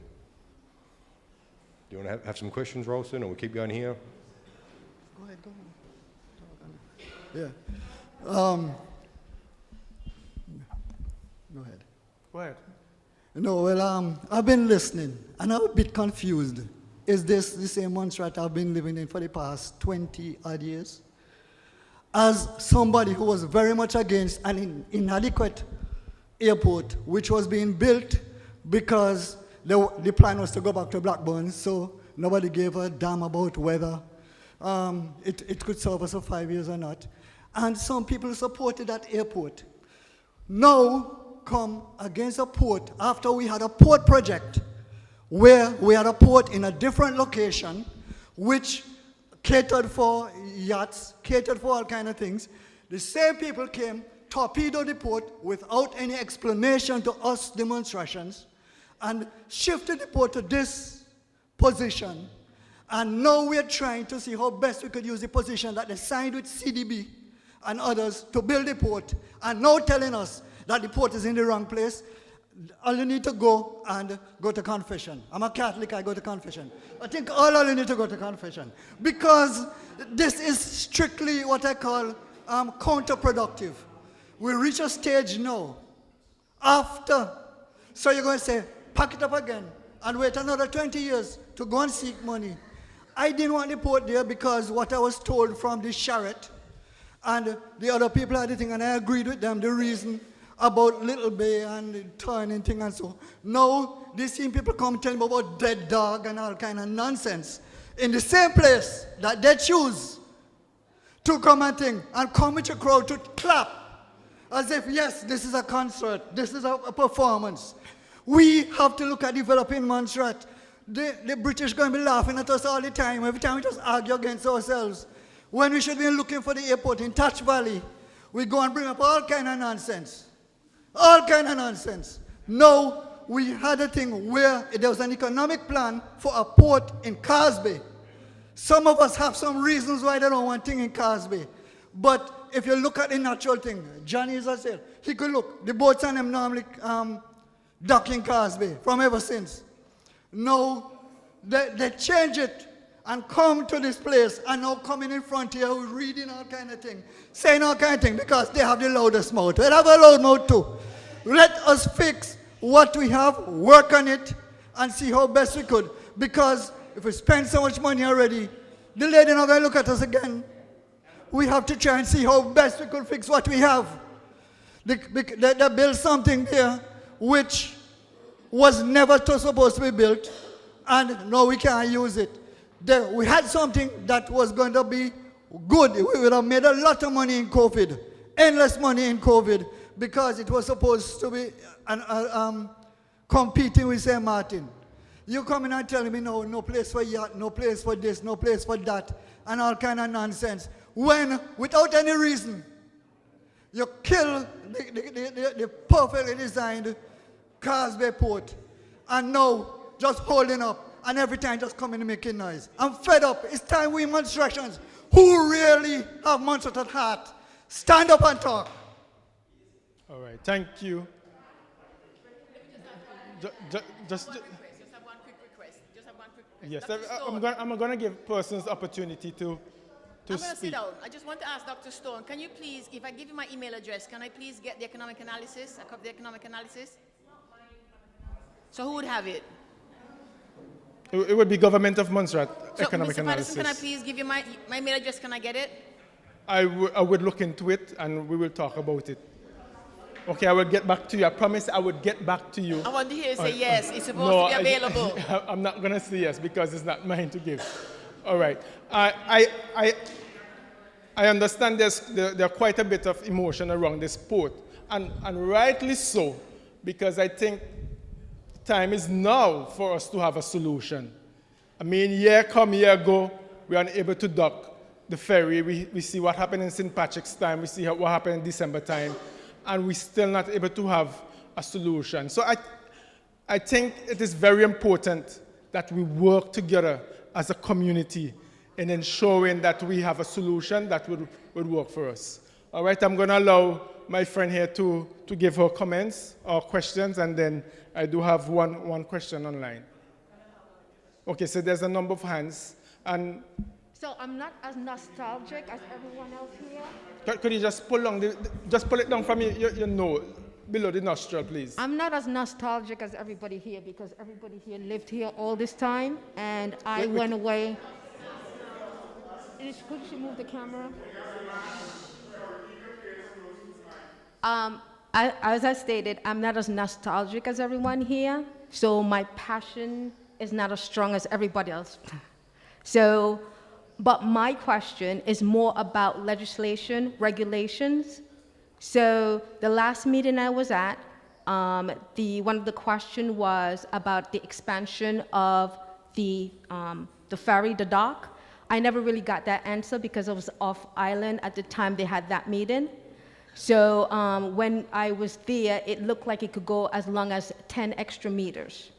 Now, based on, I didn't get your name, comment, you stated after 6 years of review, dealing with all the people who knows exactly what's going on, that you feel that this is a good port for Montserrat.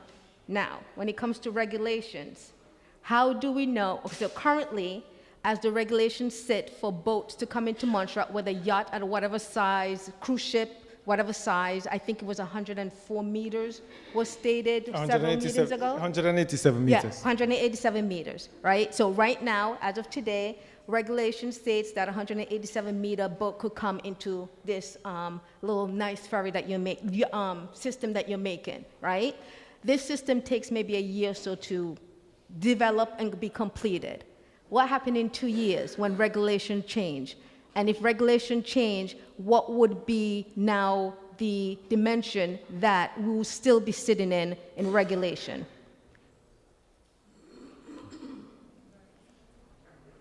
I think the question was direct. But No. Okay. Didn't ask you. So, I mean, clearly, I'm not involved in regulation on the length of ships or government of Montserrat, and I don't run the Port Authority. So I can't directly answer your question, right? We ended up with this shape, size, length, because we looked at the different ships that call on Montserrat or that could call on Montserrat. And that's why we ended up with the length. There were proposals where it was shorter and smaller, but the case was made by people in this room and the technical experts who said, no, we need to have this length because these kinds of operations need to happen. Okay, great, we've taken the container ships. Let's think about the cruise ships. And we worked through that. Now, I'm not sure I agree that after 2 years, ships change lengths. I agree that there are all sorts of ships out there in the world, right? And any of them could come to Montserrat. But it's not as kind of linear or straightforward to say, once regulation changes, a 190-meter ship won't be able to dock here. It's just that those are the ships that we picked out, because you have to find something to design for, right? So we picked out the list of ships that we wanted the port to be able to service. So I'm not sure if your question about regulation is more a government of Montserrat question. The question of regulation is very important, because if you're claiming that this is perfect for Montserrat based on your research, you working with all the different areas, then you should know how long the regulation will keep this shipping in Montserrat to be active. Because when was the last shipping regulation? 10 years ago, 15 years ago, 25 years ago? Maybe it's coming up for renewal in the next 5 years. Do you know that answer? I think it's important to know that this is not an FCDO project, right? We are not driving the technical decisions here. We're working as a team. This is not just me saying, you can only build 130 meters. That's not how these projects work, because I don't know all of the answers. I look and oversee and make judgments, and essentially I just go and beg for money from London for projects like this because I believe in them. And so your position as the representing the FDO, because I do not understand all these synonyms, I'm still new to them, is just getting the money. Sorry? Is that your role? Not you personally, but your team, your FDO role in this FCD role, because you represent FCD, right? Your role is just to get the money? Part of my role is to get the money. What's the other part?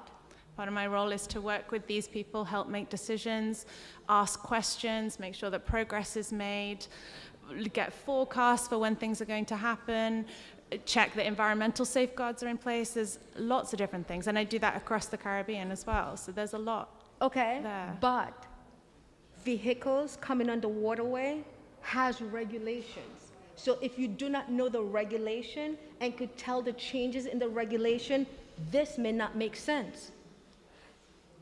Again, everybody talk about the airport. I expect to be traveling a twin Otter, not one of those small planes that will drop me out of the air because they have to shut off their engine just to land.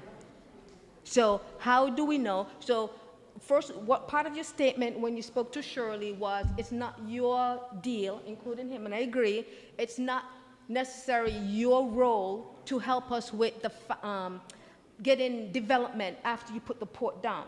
It's for all of us to work together to somehow be able to make all these financial development with the port that you give us, right? So if we all decide that that's what we could do that, we get the port, and now we all going to work together to try to figure out how to get economics in Montserrat. How do we know that in the middle of all these deals that we're making, contract that we're making in the private sector, that we don't get a wazoo from the person in charge of all waters that, oh, unfortunately, that boat can't come in? How do we guarantee that?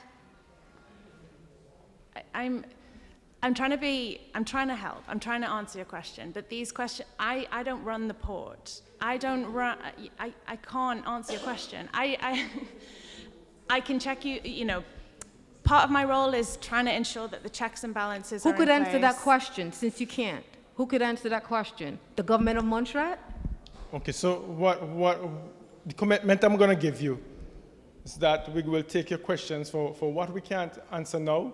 We'll go and find the necessary research and necessary information, because your question is about regulations. Regulations. About regulations. Because if after this port is built, right, because this is what we're getting. So everybody wants this, wants that. At the end of the day, is what you want and what you bill, right? Right. Which is fine. Okay. But now, we take what you give us, and private sector, we don't know who we could find, decide we want to do some kind of economic advancement for Montserrat because you will not be doing it, you leave it up to us. We decide what we want to do, we have all the funding to do what we want to do, and then the power of be who control the water of Montserrat says, oh yeah, by the way, regulation don't meet. Right, so Then all the what we just did is for naught. It's a waste of time. So- And then nothing. So now and then my last piece of the question is, and this is a take away question because you can't answer it now. In 5 years, if it so happened that we can't use this because of regulation, where's the money behind that for us to be able to fix it? We have guaranteed money to fix whatever we need to fix in order to keep in that regulation? So that's a good take back that I would like to get the answer to. All right, so with regard to port regulation,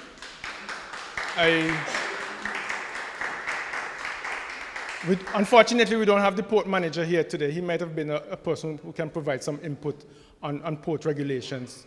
But with regard to the size of the ship, currently, I do not know that regulation is driving that number. But I do take your point that we need to look at the regulation and see what it says, and would that be a difficulty into the future.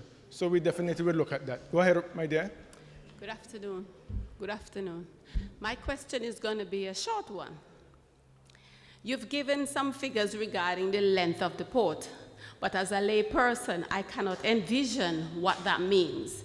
So what I want to ask is, the port you're building now, will it be bigger than the one we had in the buried city?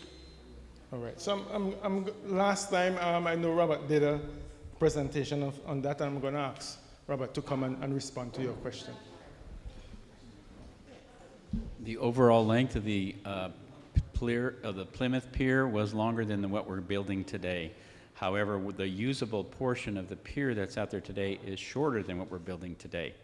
So it depends on the time to answer your question.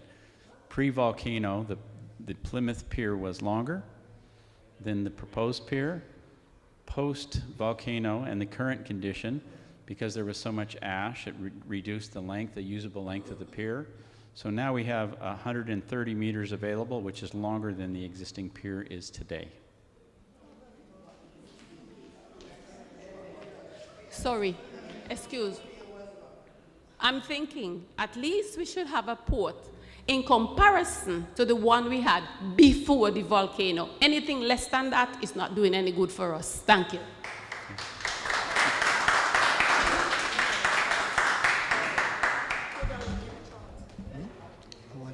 A question. Go ahead, Mr. Brown. Well, yeah. I was just asking, the design, you said 30, 60, and by a certain time. Does this include landside development? The final design, would it include landside development? No, this current project morely addresses the water side of things. Okay. So, but of course there's a need for us to look at the other auxiliary options for port development as well. Doing this construction for me does not finalize the project. It has to be bigger than that. Because if the lady here with the purse, when they're doing any landside development, I'm urging that you have some place set aside within the structure for proper biosecurity, plant, animal quarantine, etc. And also, when it's built, that it's built with something that you can eventually use non-invasive methods of checking baggage, and so built with the capacity for X-rating. Because when the ferry comes and you have to go through each individual bag, and so it's taking forever. Imagine when you're going to cruise ships. Okay, so with regard to quarantine facility, as Peter would have mentioned earlier, the government are separate and apart from what is happening currently. They are excavating the area that is earmarked for the construction of a quarantine facilities. I think there's some of the facilities that is already on the ground, so government of Montserrat is looking at that steadily. Before you make your comment quickly, there's a question online. It says emphasis is being placed on ensuring that spending on this $90 million project in a lifetime development projects of Montserrat. I guess it wants to say one of the highest costing project in a lifetime of Montserrat. Prioritize local business in as many, well, not sure what the question is, but the second part of the question is, what are the constraints with buying local aggregates versus sourcing quarry material from offshore sources? And I could tell you the first option for this project is to use as much local material as possible, but as we know, the material also has to meet the spec. And I could tell you from the aggregate testing that for the alkaline reactive test, our aggregates did not meet those specs. What was the difference? What was the difference? It failed the test. Numbers. What was the difference? Numbers, I'm not sure. This is not in. What's the difference? What was the goal that we had to meet, and what's the difference in numbers? It's a pass-fail criteria. Really? Yes. So what that means that over time, it would cause our concrete to react. So this project is going to cost more because we have to go to the next island and dump all that money in the next island, but Montserrat's not getting any money. Well, it's not a case of Montserrat not getting any money, but for the aggregates, we have to ensure that it meets the specs. Because I'm sure that you wouldn't want later down the road that we use the local aggregates knowing for sure that it did not meet the specification, but yet we go ahead and do it. I think what it requires for us is a balance. It's always try to reach a balance. It's not that we don't want to use local aggregates, but is ensuring that we meet the specification, but at the same time, we use as much local material where possible. And I could tell you so far, most of the aggregates, if not all of the aggregates that's been used on the project to date, are local aggregates, which is used for fill, ideally for fill as well. But for the concrete production, for the casing pieces, we won't want these falling apart in the next few years. I sure you wouldn't want that to happen. The PSI, she's asking about the PSI. 5 to 6,000 PSI.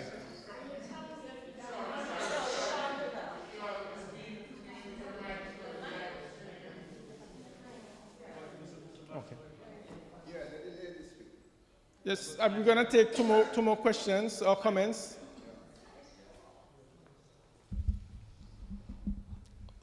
Okay. Thank you very much for allowing me to say a few words and ask a few questions. Now, I'm one of those Montserratians. I'm on holiday at the moment, and my friend just asked me to come and listen to the town hall meeting. So I landed yesterday, and today I find myself in a town hall meeting about the port. But I'm a very interested Montserratian living in the UK, and this is a very important topic. Now, the first thing is, I'm an accountant by profession, and if you have a project, you would, straight through, I would go to what has been asked for the economic analysis. So I'm assuming that there are documents somewhere, and is there a website or something that I can go as an interested Montserratian and have a look at the entirety of the proposals for the project? I'm in no way technical, but I would be interested in the financial aspect of it. And from what I've been hearing, from the experts around the marine industry and so on, first of all, let me pause and say thank you to Dr. Stone for 6 years of hard work, because sometimes, I know I've been there, we tend to shoot the messenger, and we're not aware of all the hard work that has gone on in the background. And what I'm gleaning here is that some people are not quite happy with the technical aspects of it, and I thought there might have been an opportunity earlier in the project if you have Montserratians or people with the local knowledge, because what I do know is that we have lots of professionals and technical experts, But there's also a key element, is that local knowledge as well is very important. And my benchmark would be, is what was Montserrat like pre-volcano? Is there a plan that we think we might get back to that level of development? Because I enjoyed my life here in Montserrat when we had Plymouth and we had 12,000 people. We know the population has diminished. So whatever the business case is for this project, it would very much interest me to know where can I find these documents.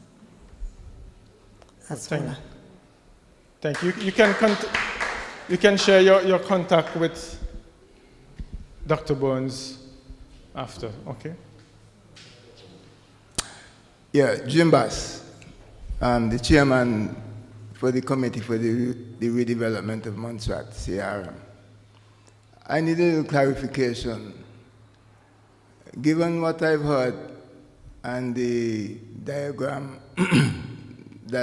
or the diagrams I've seen, am I to understand that when the jetty is finished, that ships will only be able to come in on one side, or they can use both sides of the jetty if necessary?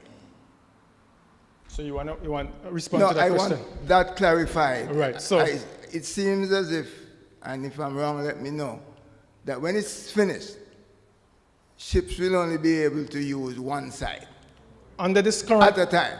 Under this current contract, what is being built for the 130 meters, ships will be able to board on both sides. If you look at the diagram that is shown on the screen, you see a ship is board on the outside, on the leeward side.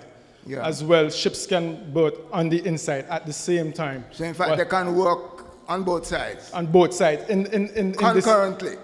Yes. Okay, that's that. The next thing is in terms of ship safety.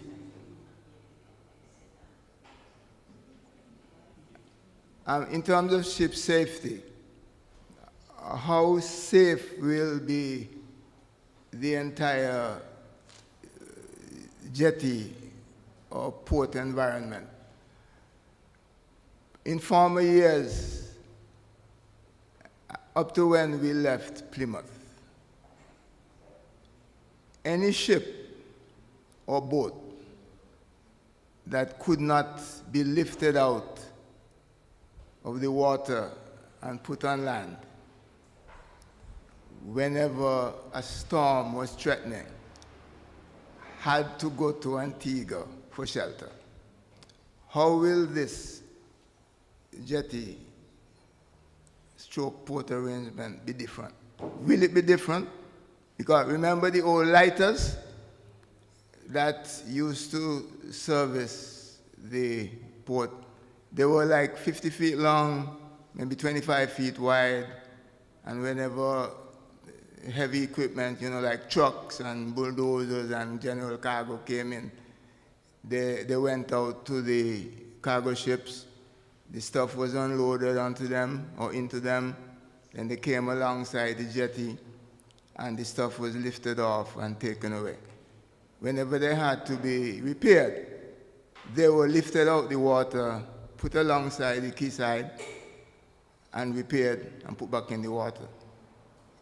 If during an impending storm of any type, any boat in the port that, in fact, the old newspaper, The Observer, you can check the files at the library, that newspaper was in evidence when I was born, and it went out of print around 1970. It used to refer to the port in town as an open roadstead. And any ship at any time with an impending storm coming, if it couldn't come out the water, it had to go to Antigua for shelter.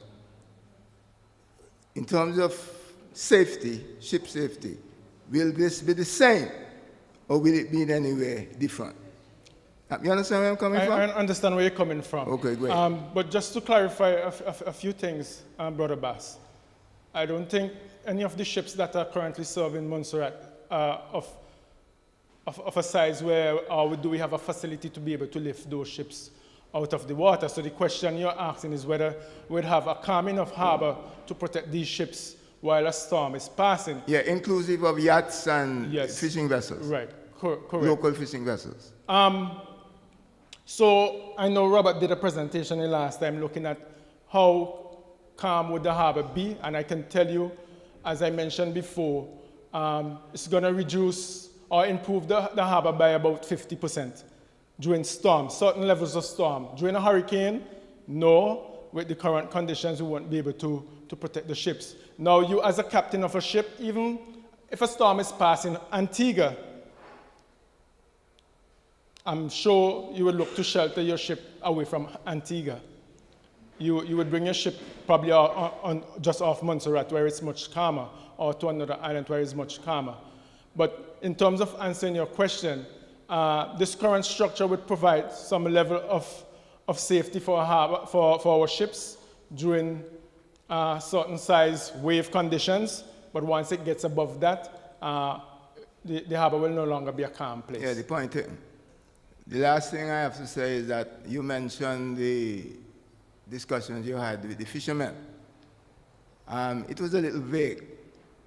I think you should give greater clarification as to what arrangements are made. I could give clarification. To deal with the situation, because it's very important. I can give clarification on, as to what was discussed. The fishermen pointed out that it's difficult for them to make access to the current port, having to go through security and all of that. One of the better options for them is to have a separate jetty for them to operate from. They have identified the best location for that to be just off the restaurants, you know, where they have attempted to build a kiddies pool. So they have identified that area, and if we can utilize some of the same caisson blocks that are being produced for the main pier, that we can use some of that to create a jetty for the fishing vessels, and for providing a slipway where they can pull up the vessels as well, where they can come down with the trailers and the pickup, or where they can drive onto that facility and pick up their catch of the day and drive away. Basically what I'm saying, once they're happy, I think most of us will be happy. And thank you. All right, thank you. I have a question online. While you're coming, let me just... Okay, go ahead. Hi, please forgive some of my ignorance and some of my obtuse questions, because I've only been on the island the second time and cumulatively less than a month. But one question I have is, when are we expecting this project to complete, and what obvious delays or anticipated delays are we expecting? What date are we expecting this thing to complete? The current completion date is sometime April 2024. Okay. It's a project, I could tell you, it's about 679 days. They're about. Commencement date is June. And is that an optimistic estimation, or is that a pessimistic? Based on schedule and contract time. And then the second question I have is that if the pier is going to be about 180 meters long. 130 meters with a dolphin. 130, and I don't know what kind of passenger capacity that is for a ferry, but let's just assume 700 people. Around 350. 350 people, yes. Okay. Are we expecting the landing experience to change for those passengers that disembark at Little Bay to change substantially, or is that project not in scope at all? I would strongly recommend that we also look at the auxiliary elements that would enhance our product. Is that currently being discussed, or is that completely not being discussed at all? To some level, that is currently being discussed, but not to a level which we can take it further immediately. So I guess what I'm trying to ask is that the passenger experience will not change for those 350 people disembarking when this project completes. Repeat again? I said what I'm asking is that you're expecting the passenger experience to not change when people disembark at the time this project completes. Well, the experience would somewhat change in the fact that rather than having to take a tender to come into the access point, you come there directly from that ship onto land. That certainly would change some experience. But I understand your question in terms of whether we would have things like small shops or souvenir shops and so on immediately along the pier for them to visit and so on. And I think that definitely needs to be looked at. I know while we had drafted the initial business case for this project, we also did a master plan that looked at some of the elements that are required to enhance the entire product. So that needs to be looked at. Okay, thank you. So quickly, the question is how much emphasis is being placed on ensuring that spending on this once-in-a-lifetime development project for Montserrat prioritizes local business in as many circumstances as possible. And I can give examples such as trucking, local private sector media, labor, aggregate. And so in response is that the whole idea is for us to expend as much as we can, because locally the people of Montserrat should benefit and must benefit from this project wherever possible. I know the contractor have been using some local trucking, local equipment as well. Local aggregates have been used so far. And in terms of labor, I think the ratio is about 50%. They have reported to us that their labor on the job is about a ratio of 50% local labor, including women as well. I know they have also been, they have embarked on an apprentice program where they have taken on board some young persons as well, and the reports are very good for those persons who are interested in engineering and that sort of stuff. Mr. Isles? Yes, sir. I'm sure that you know that I'm the one who started the sand mining business here in Montserrat, and the aggregate shipping out and everything started by me. Before I even bought one shovel, I had all materials of Montserrat tested, all over, all in Georgia with the FBI labs, all the testing device that was done. And it is sad to say that Montserrat aggregate is not perfect for asphalt work, but it is the best for concrete. It is the best for concrete according to all of my tests. It's lightweight, lighter than the ordinary hard stone you get from, say, Dominica, even some from Antigua. It's much lighter.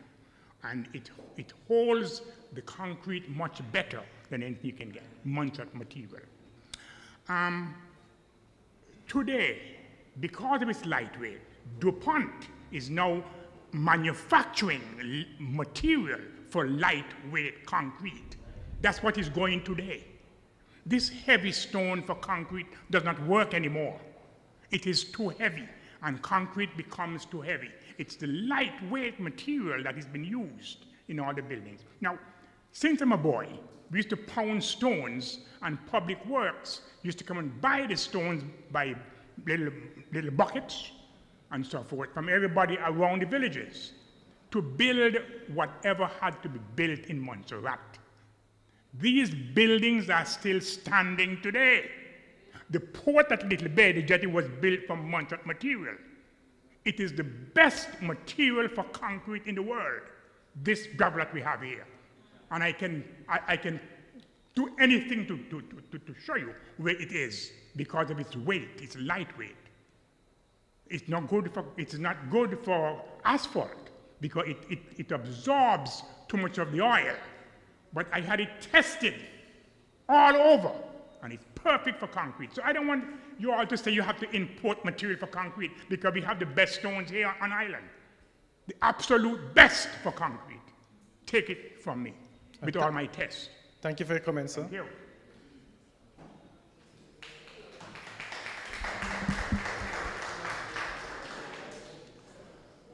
Oh, we have to give him a chance to talk.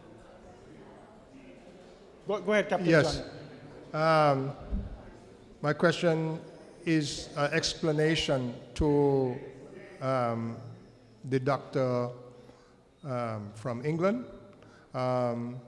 Basically, I would like to reiterate the fact that Buffy touched on, and it is standard practice for all insurance companies of boats in the Caribbean, that yachts and other boats, that Montserrat, your insurance is null and void. If you come to Montserrat and you get in a problem, you are not going to get any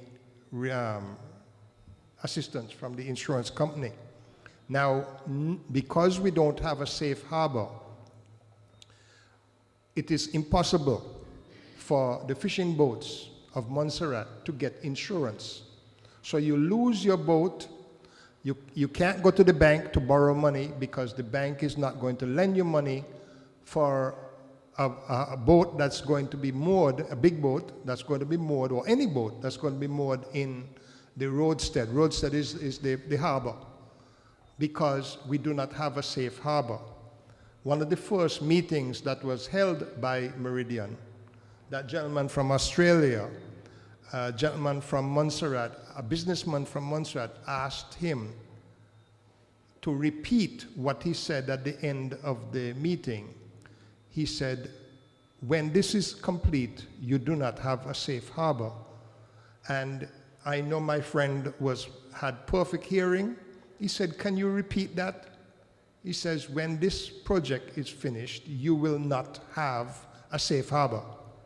Now, that speaks volumes for me and for the population of Montserrat that own boats and so forth. I don't own a vessel now. I used to have a big vessel before.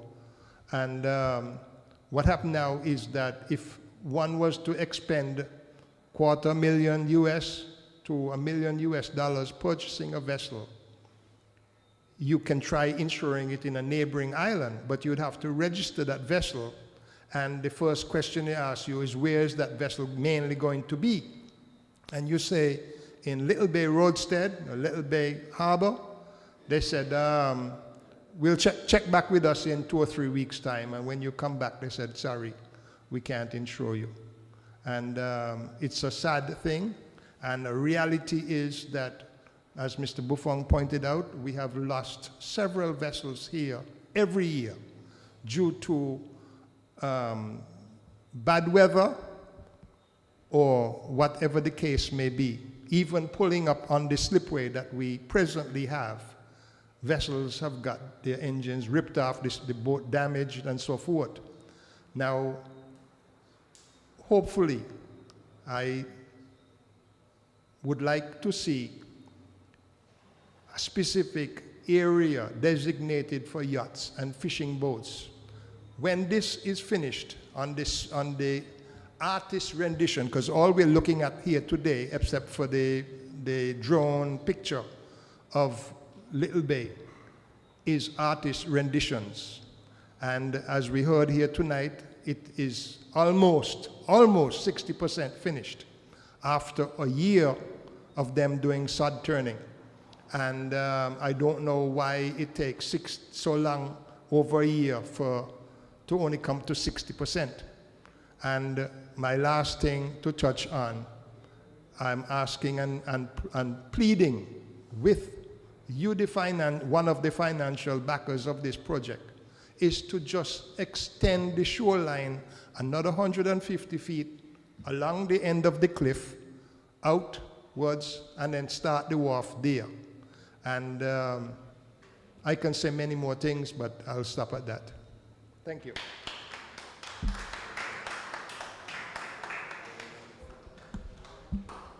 Mr. Patterson, Dr. Stone, I'm going to come back again to the issue of the economic analysis. This is a public project that will be used by the public. Not by the government. Government doesn't do anything. Government, it is people who import, and whatever little export there will be us doing it. It won't be the government. So the port is not for the government, it's for the people of Montserrat. And I think it is important that the people of Montserrat get to know get to know what's going on. Because I hear you guys talk about transparency, and I'm beginning to see less and less transparency as we go along. I'm beginning to feel, not just me, people are beginning to feel a little bit tossed about and manipulated around, and that's not good. So I'm going to ask again, publicly, can we please have access to those documents about the project, including the one that shows the difference that this new jetty, this new wharf, will make to economic activity in Montserrat compared to what we have now. I would like us to have that. If we can't have that, if that is not possible, if that is a private government document, it kind of leaves some unpleasant questions. So you're directing the question from Yeah, me? you and, well, Dr. Stone said it's not up to her, but okay. Yes. All right. So in terms of documentation, if you just leave your email address with Dr. Shirley.osborne@me.com. Dr. Burns, please, shirley.osborne@me.com. me.com. We need to know the difference it's going to make. Because if we are, too many people are concerned, too many people have too many questions. It cannot be that all of us doing nonsense, yes, we don't know what we're talking about. I agree, and there must be transparency. As well, you would recognize that some information are sensitive, even coming from a procurement standpoint. So, give me an example. We need a website that shows us those that we don't need to know.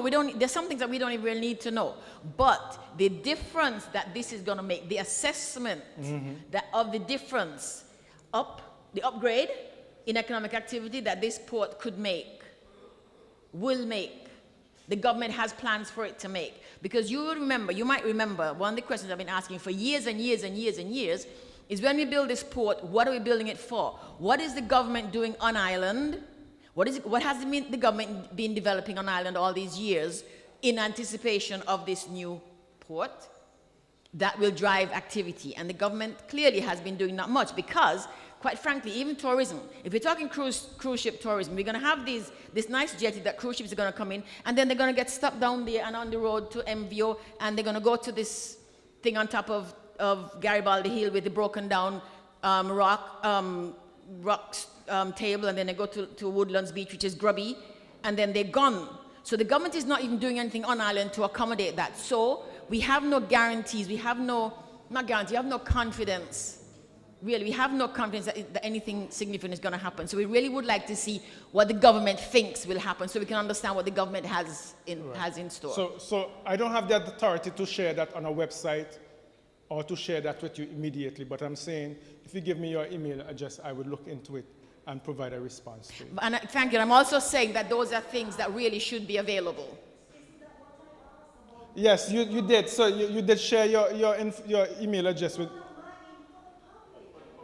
These are things that we should be able to see. Well, no, the business is economic analysis. I'm sure the information is available. I'm not in a position to say, yes, I can share that information with you. Okay, but the information is there. All right? So please make it possible, Mr. Patterson. All right, next person, please. Miss. Sorry, I just want to emphasize the need for you to make public enough information that will help individuals in this audience to get a better understanding of what's happening and not have to wait to come to meetings like this. So please make public as much as you can. That's my request. The gentleman who spoke earlier, Mr. Howes, mentioned what he would prefer, extending the pier or the landside work out of a few hundred feet. How long did he say? I think I remember you saying in the meeting in Little Bay at the Cultural Center that you have various scenarios and costs. Will that be available too? Estimated costs? So we can have an idea. I know him wishing it won't make it happen, but I'd just like to know what the scenario. Mr. Romer, you know exactly how to request that information. Okay, okay. Yes, So that's specific information. Yes. Okay. You know exactly to request that. And I don't want anything personally. I would love everybody to know, but if it's specific, I will go that far. Last question. I know the PA is being done in phases. How much would it cost to execute phase 2 in this time, in this project, compared to 10 years from now?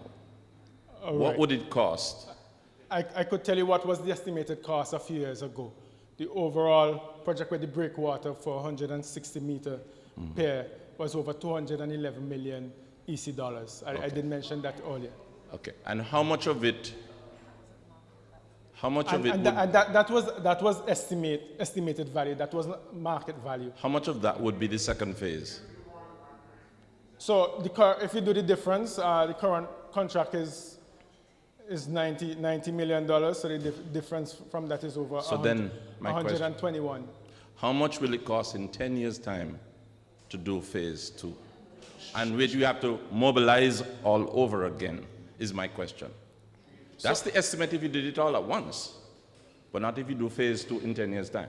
Can you clarify that for me? So you and I cannot answer that question right away, but I think the point you're making is for some urgency for us to look at phase 2 now so that we won't have to spend additional funding in the future. And I would assume that that was considered. Yes, okay. So I'm going to make one last question. All right, so we have to close the meeting shortly. I'm getting indication that we're going to close shortly, but go ahead quickly. So I'm checking. Having heard all the different thoughts coming from the room, will any action be taken, or you've already taken your stance, and where you are, whether we talk or we don't talk, you're going to do what you already planned to do? Are you going to take anything on board and make any adjustments? We want to see if we can get a promise from you.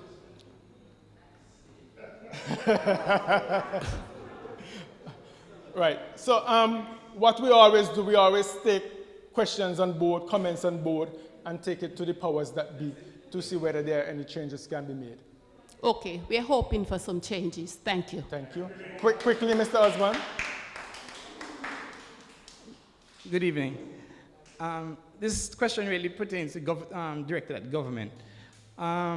We have a port facility in Plymouth, right, which is probably only 50% accessible or usable, whereas millions of dollars have been spent on that asset.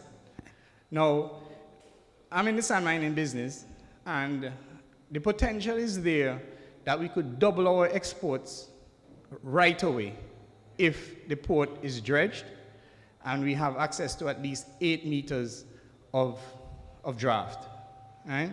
I mean, there are markets out there that are requiring or want our materials, but the access of getting ships here that would go the longer distances, like going further afield than just the Caribbean basin here between, let's say, Guadeloupe and the Virgin Islands. We want to go to Guyana.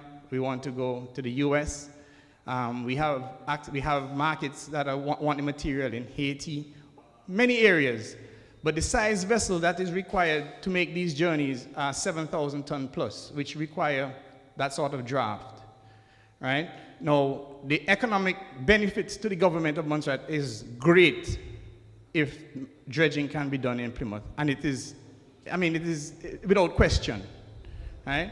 Now, what we would like to see, if possible, is if within the dredging activity that is required to do here at Little Bay, whether or not the government can look at the prospect of using the dredging equipment that will be present on island, that they no longer would need to think about getting that to come a second time, of dredging it, and what it would cost to dredge to give 8 meters of draft. Thank you. And know the port have been looking at that. As a matter of fact, the port did take the contractor and the consultant down to see Plymouth to look at that aspect. Obviously, that is not a current aspect of this project, but we will take the comment and I would forward it to the powers that be for the relevant persons to look at. Okay, but secondly, I mean, I think that if the powers that be could even potentially speak to us before making a decision of how we can be done, even if we have to participate to make this thing possible, Or what, obviously there could be more ways than just, dollars and cents in terms of making this happen, right? We can barter. There are many things that we can do to make it happen, and I really like to see the government seriously look at this, because we always talk about economic activity and nothing is happening, and the one thing that Montserrat is exporting can double. And if the government cannot recognize this, it's being very short-sighted. Okay, so Yeah? Mr. Osborne, thank you for your comments.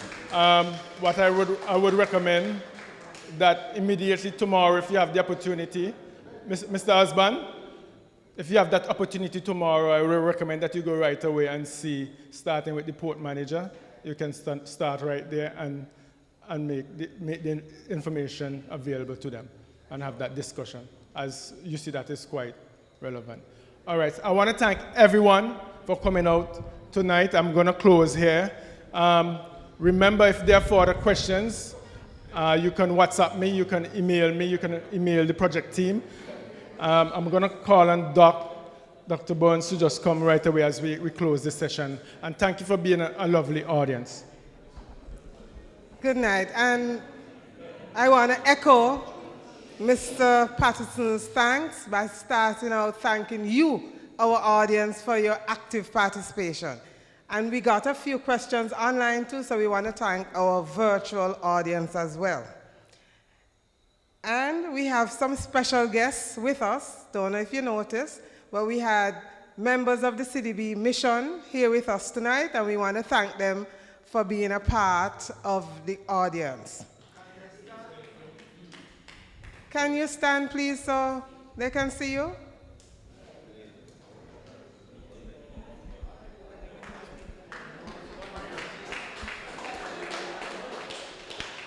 Thank you very much. Yes? I did it on purpose. I did it on purpose. And we also want to thank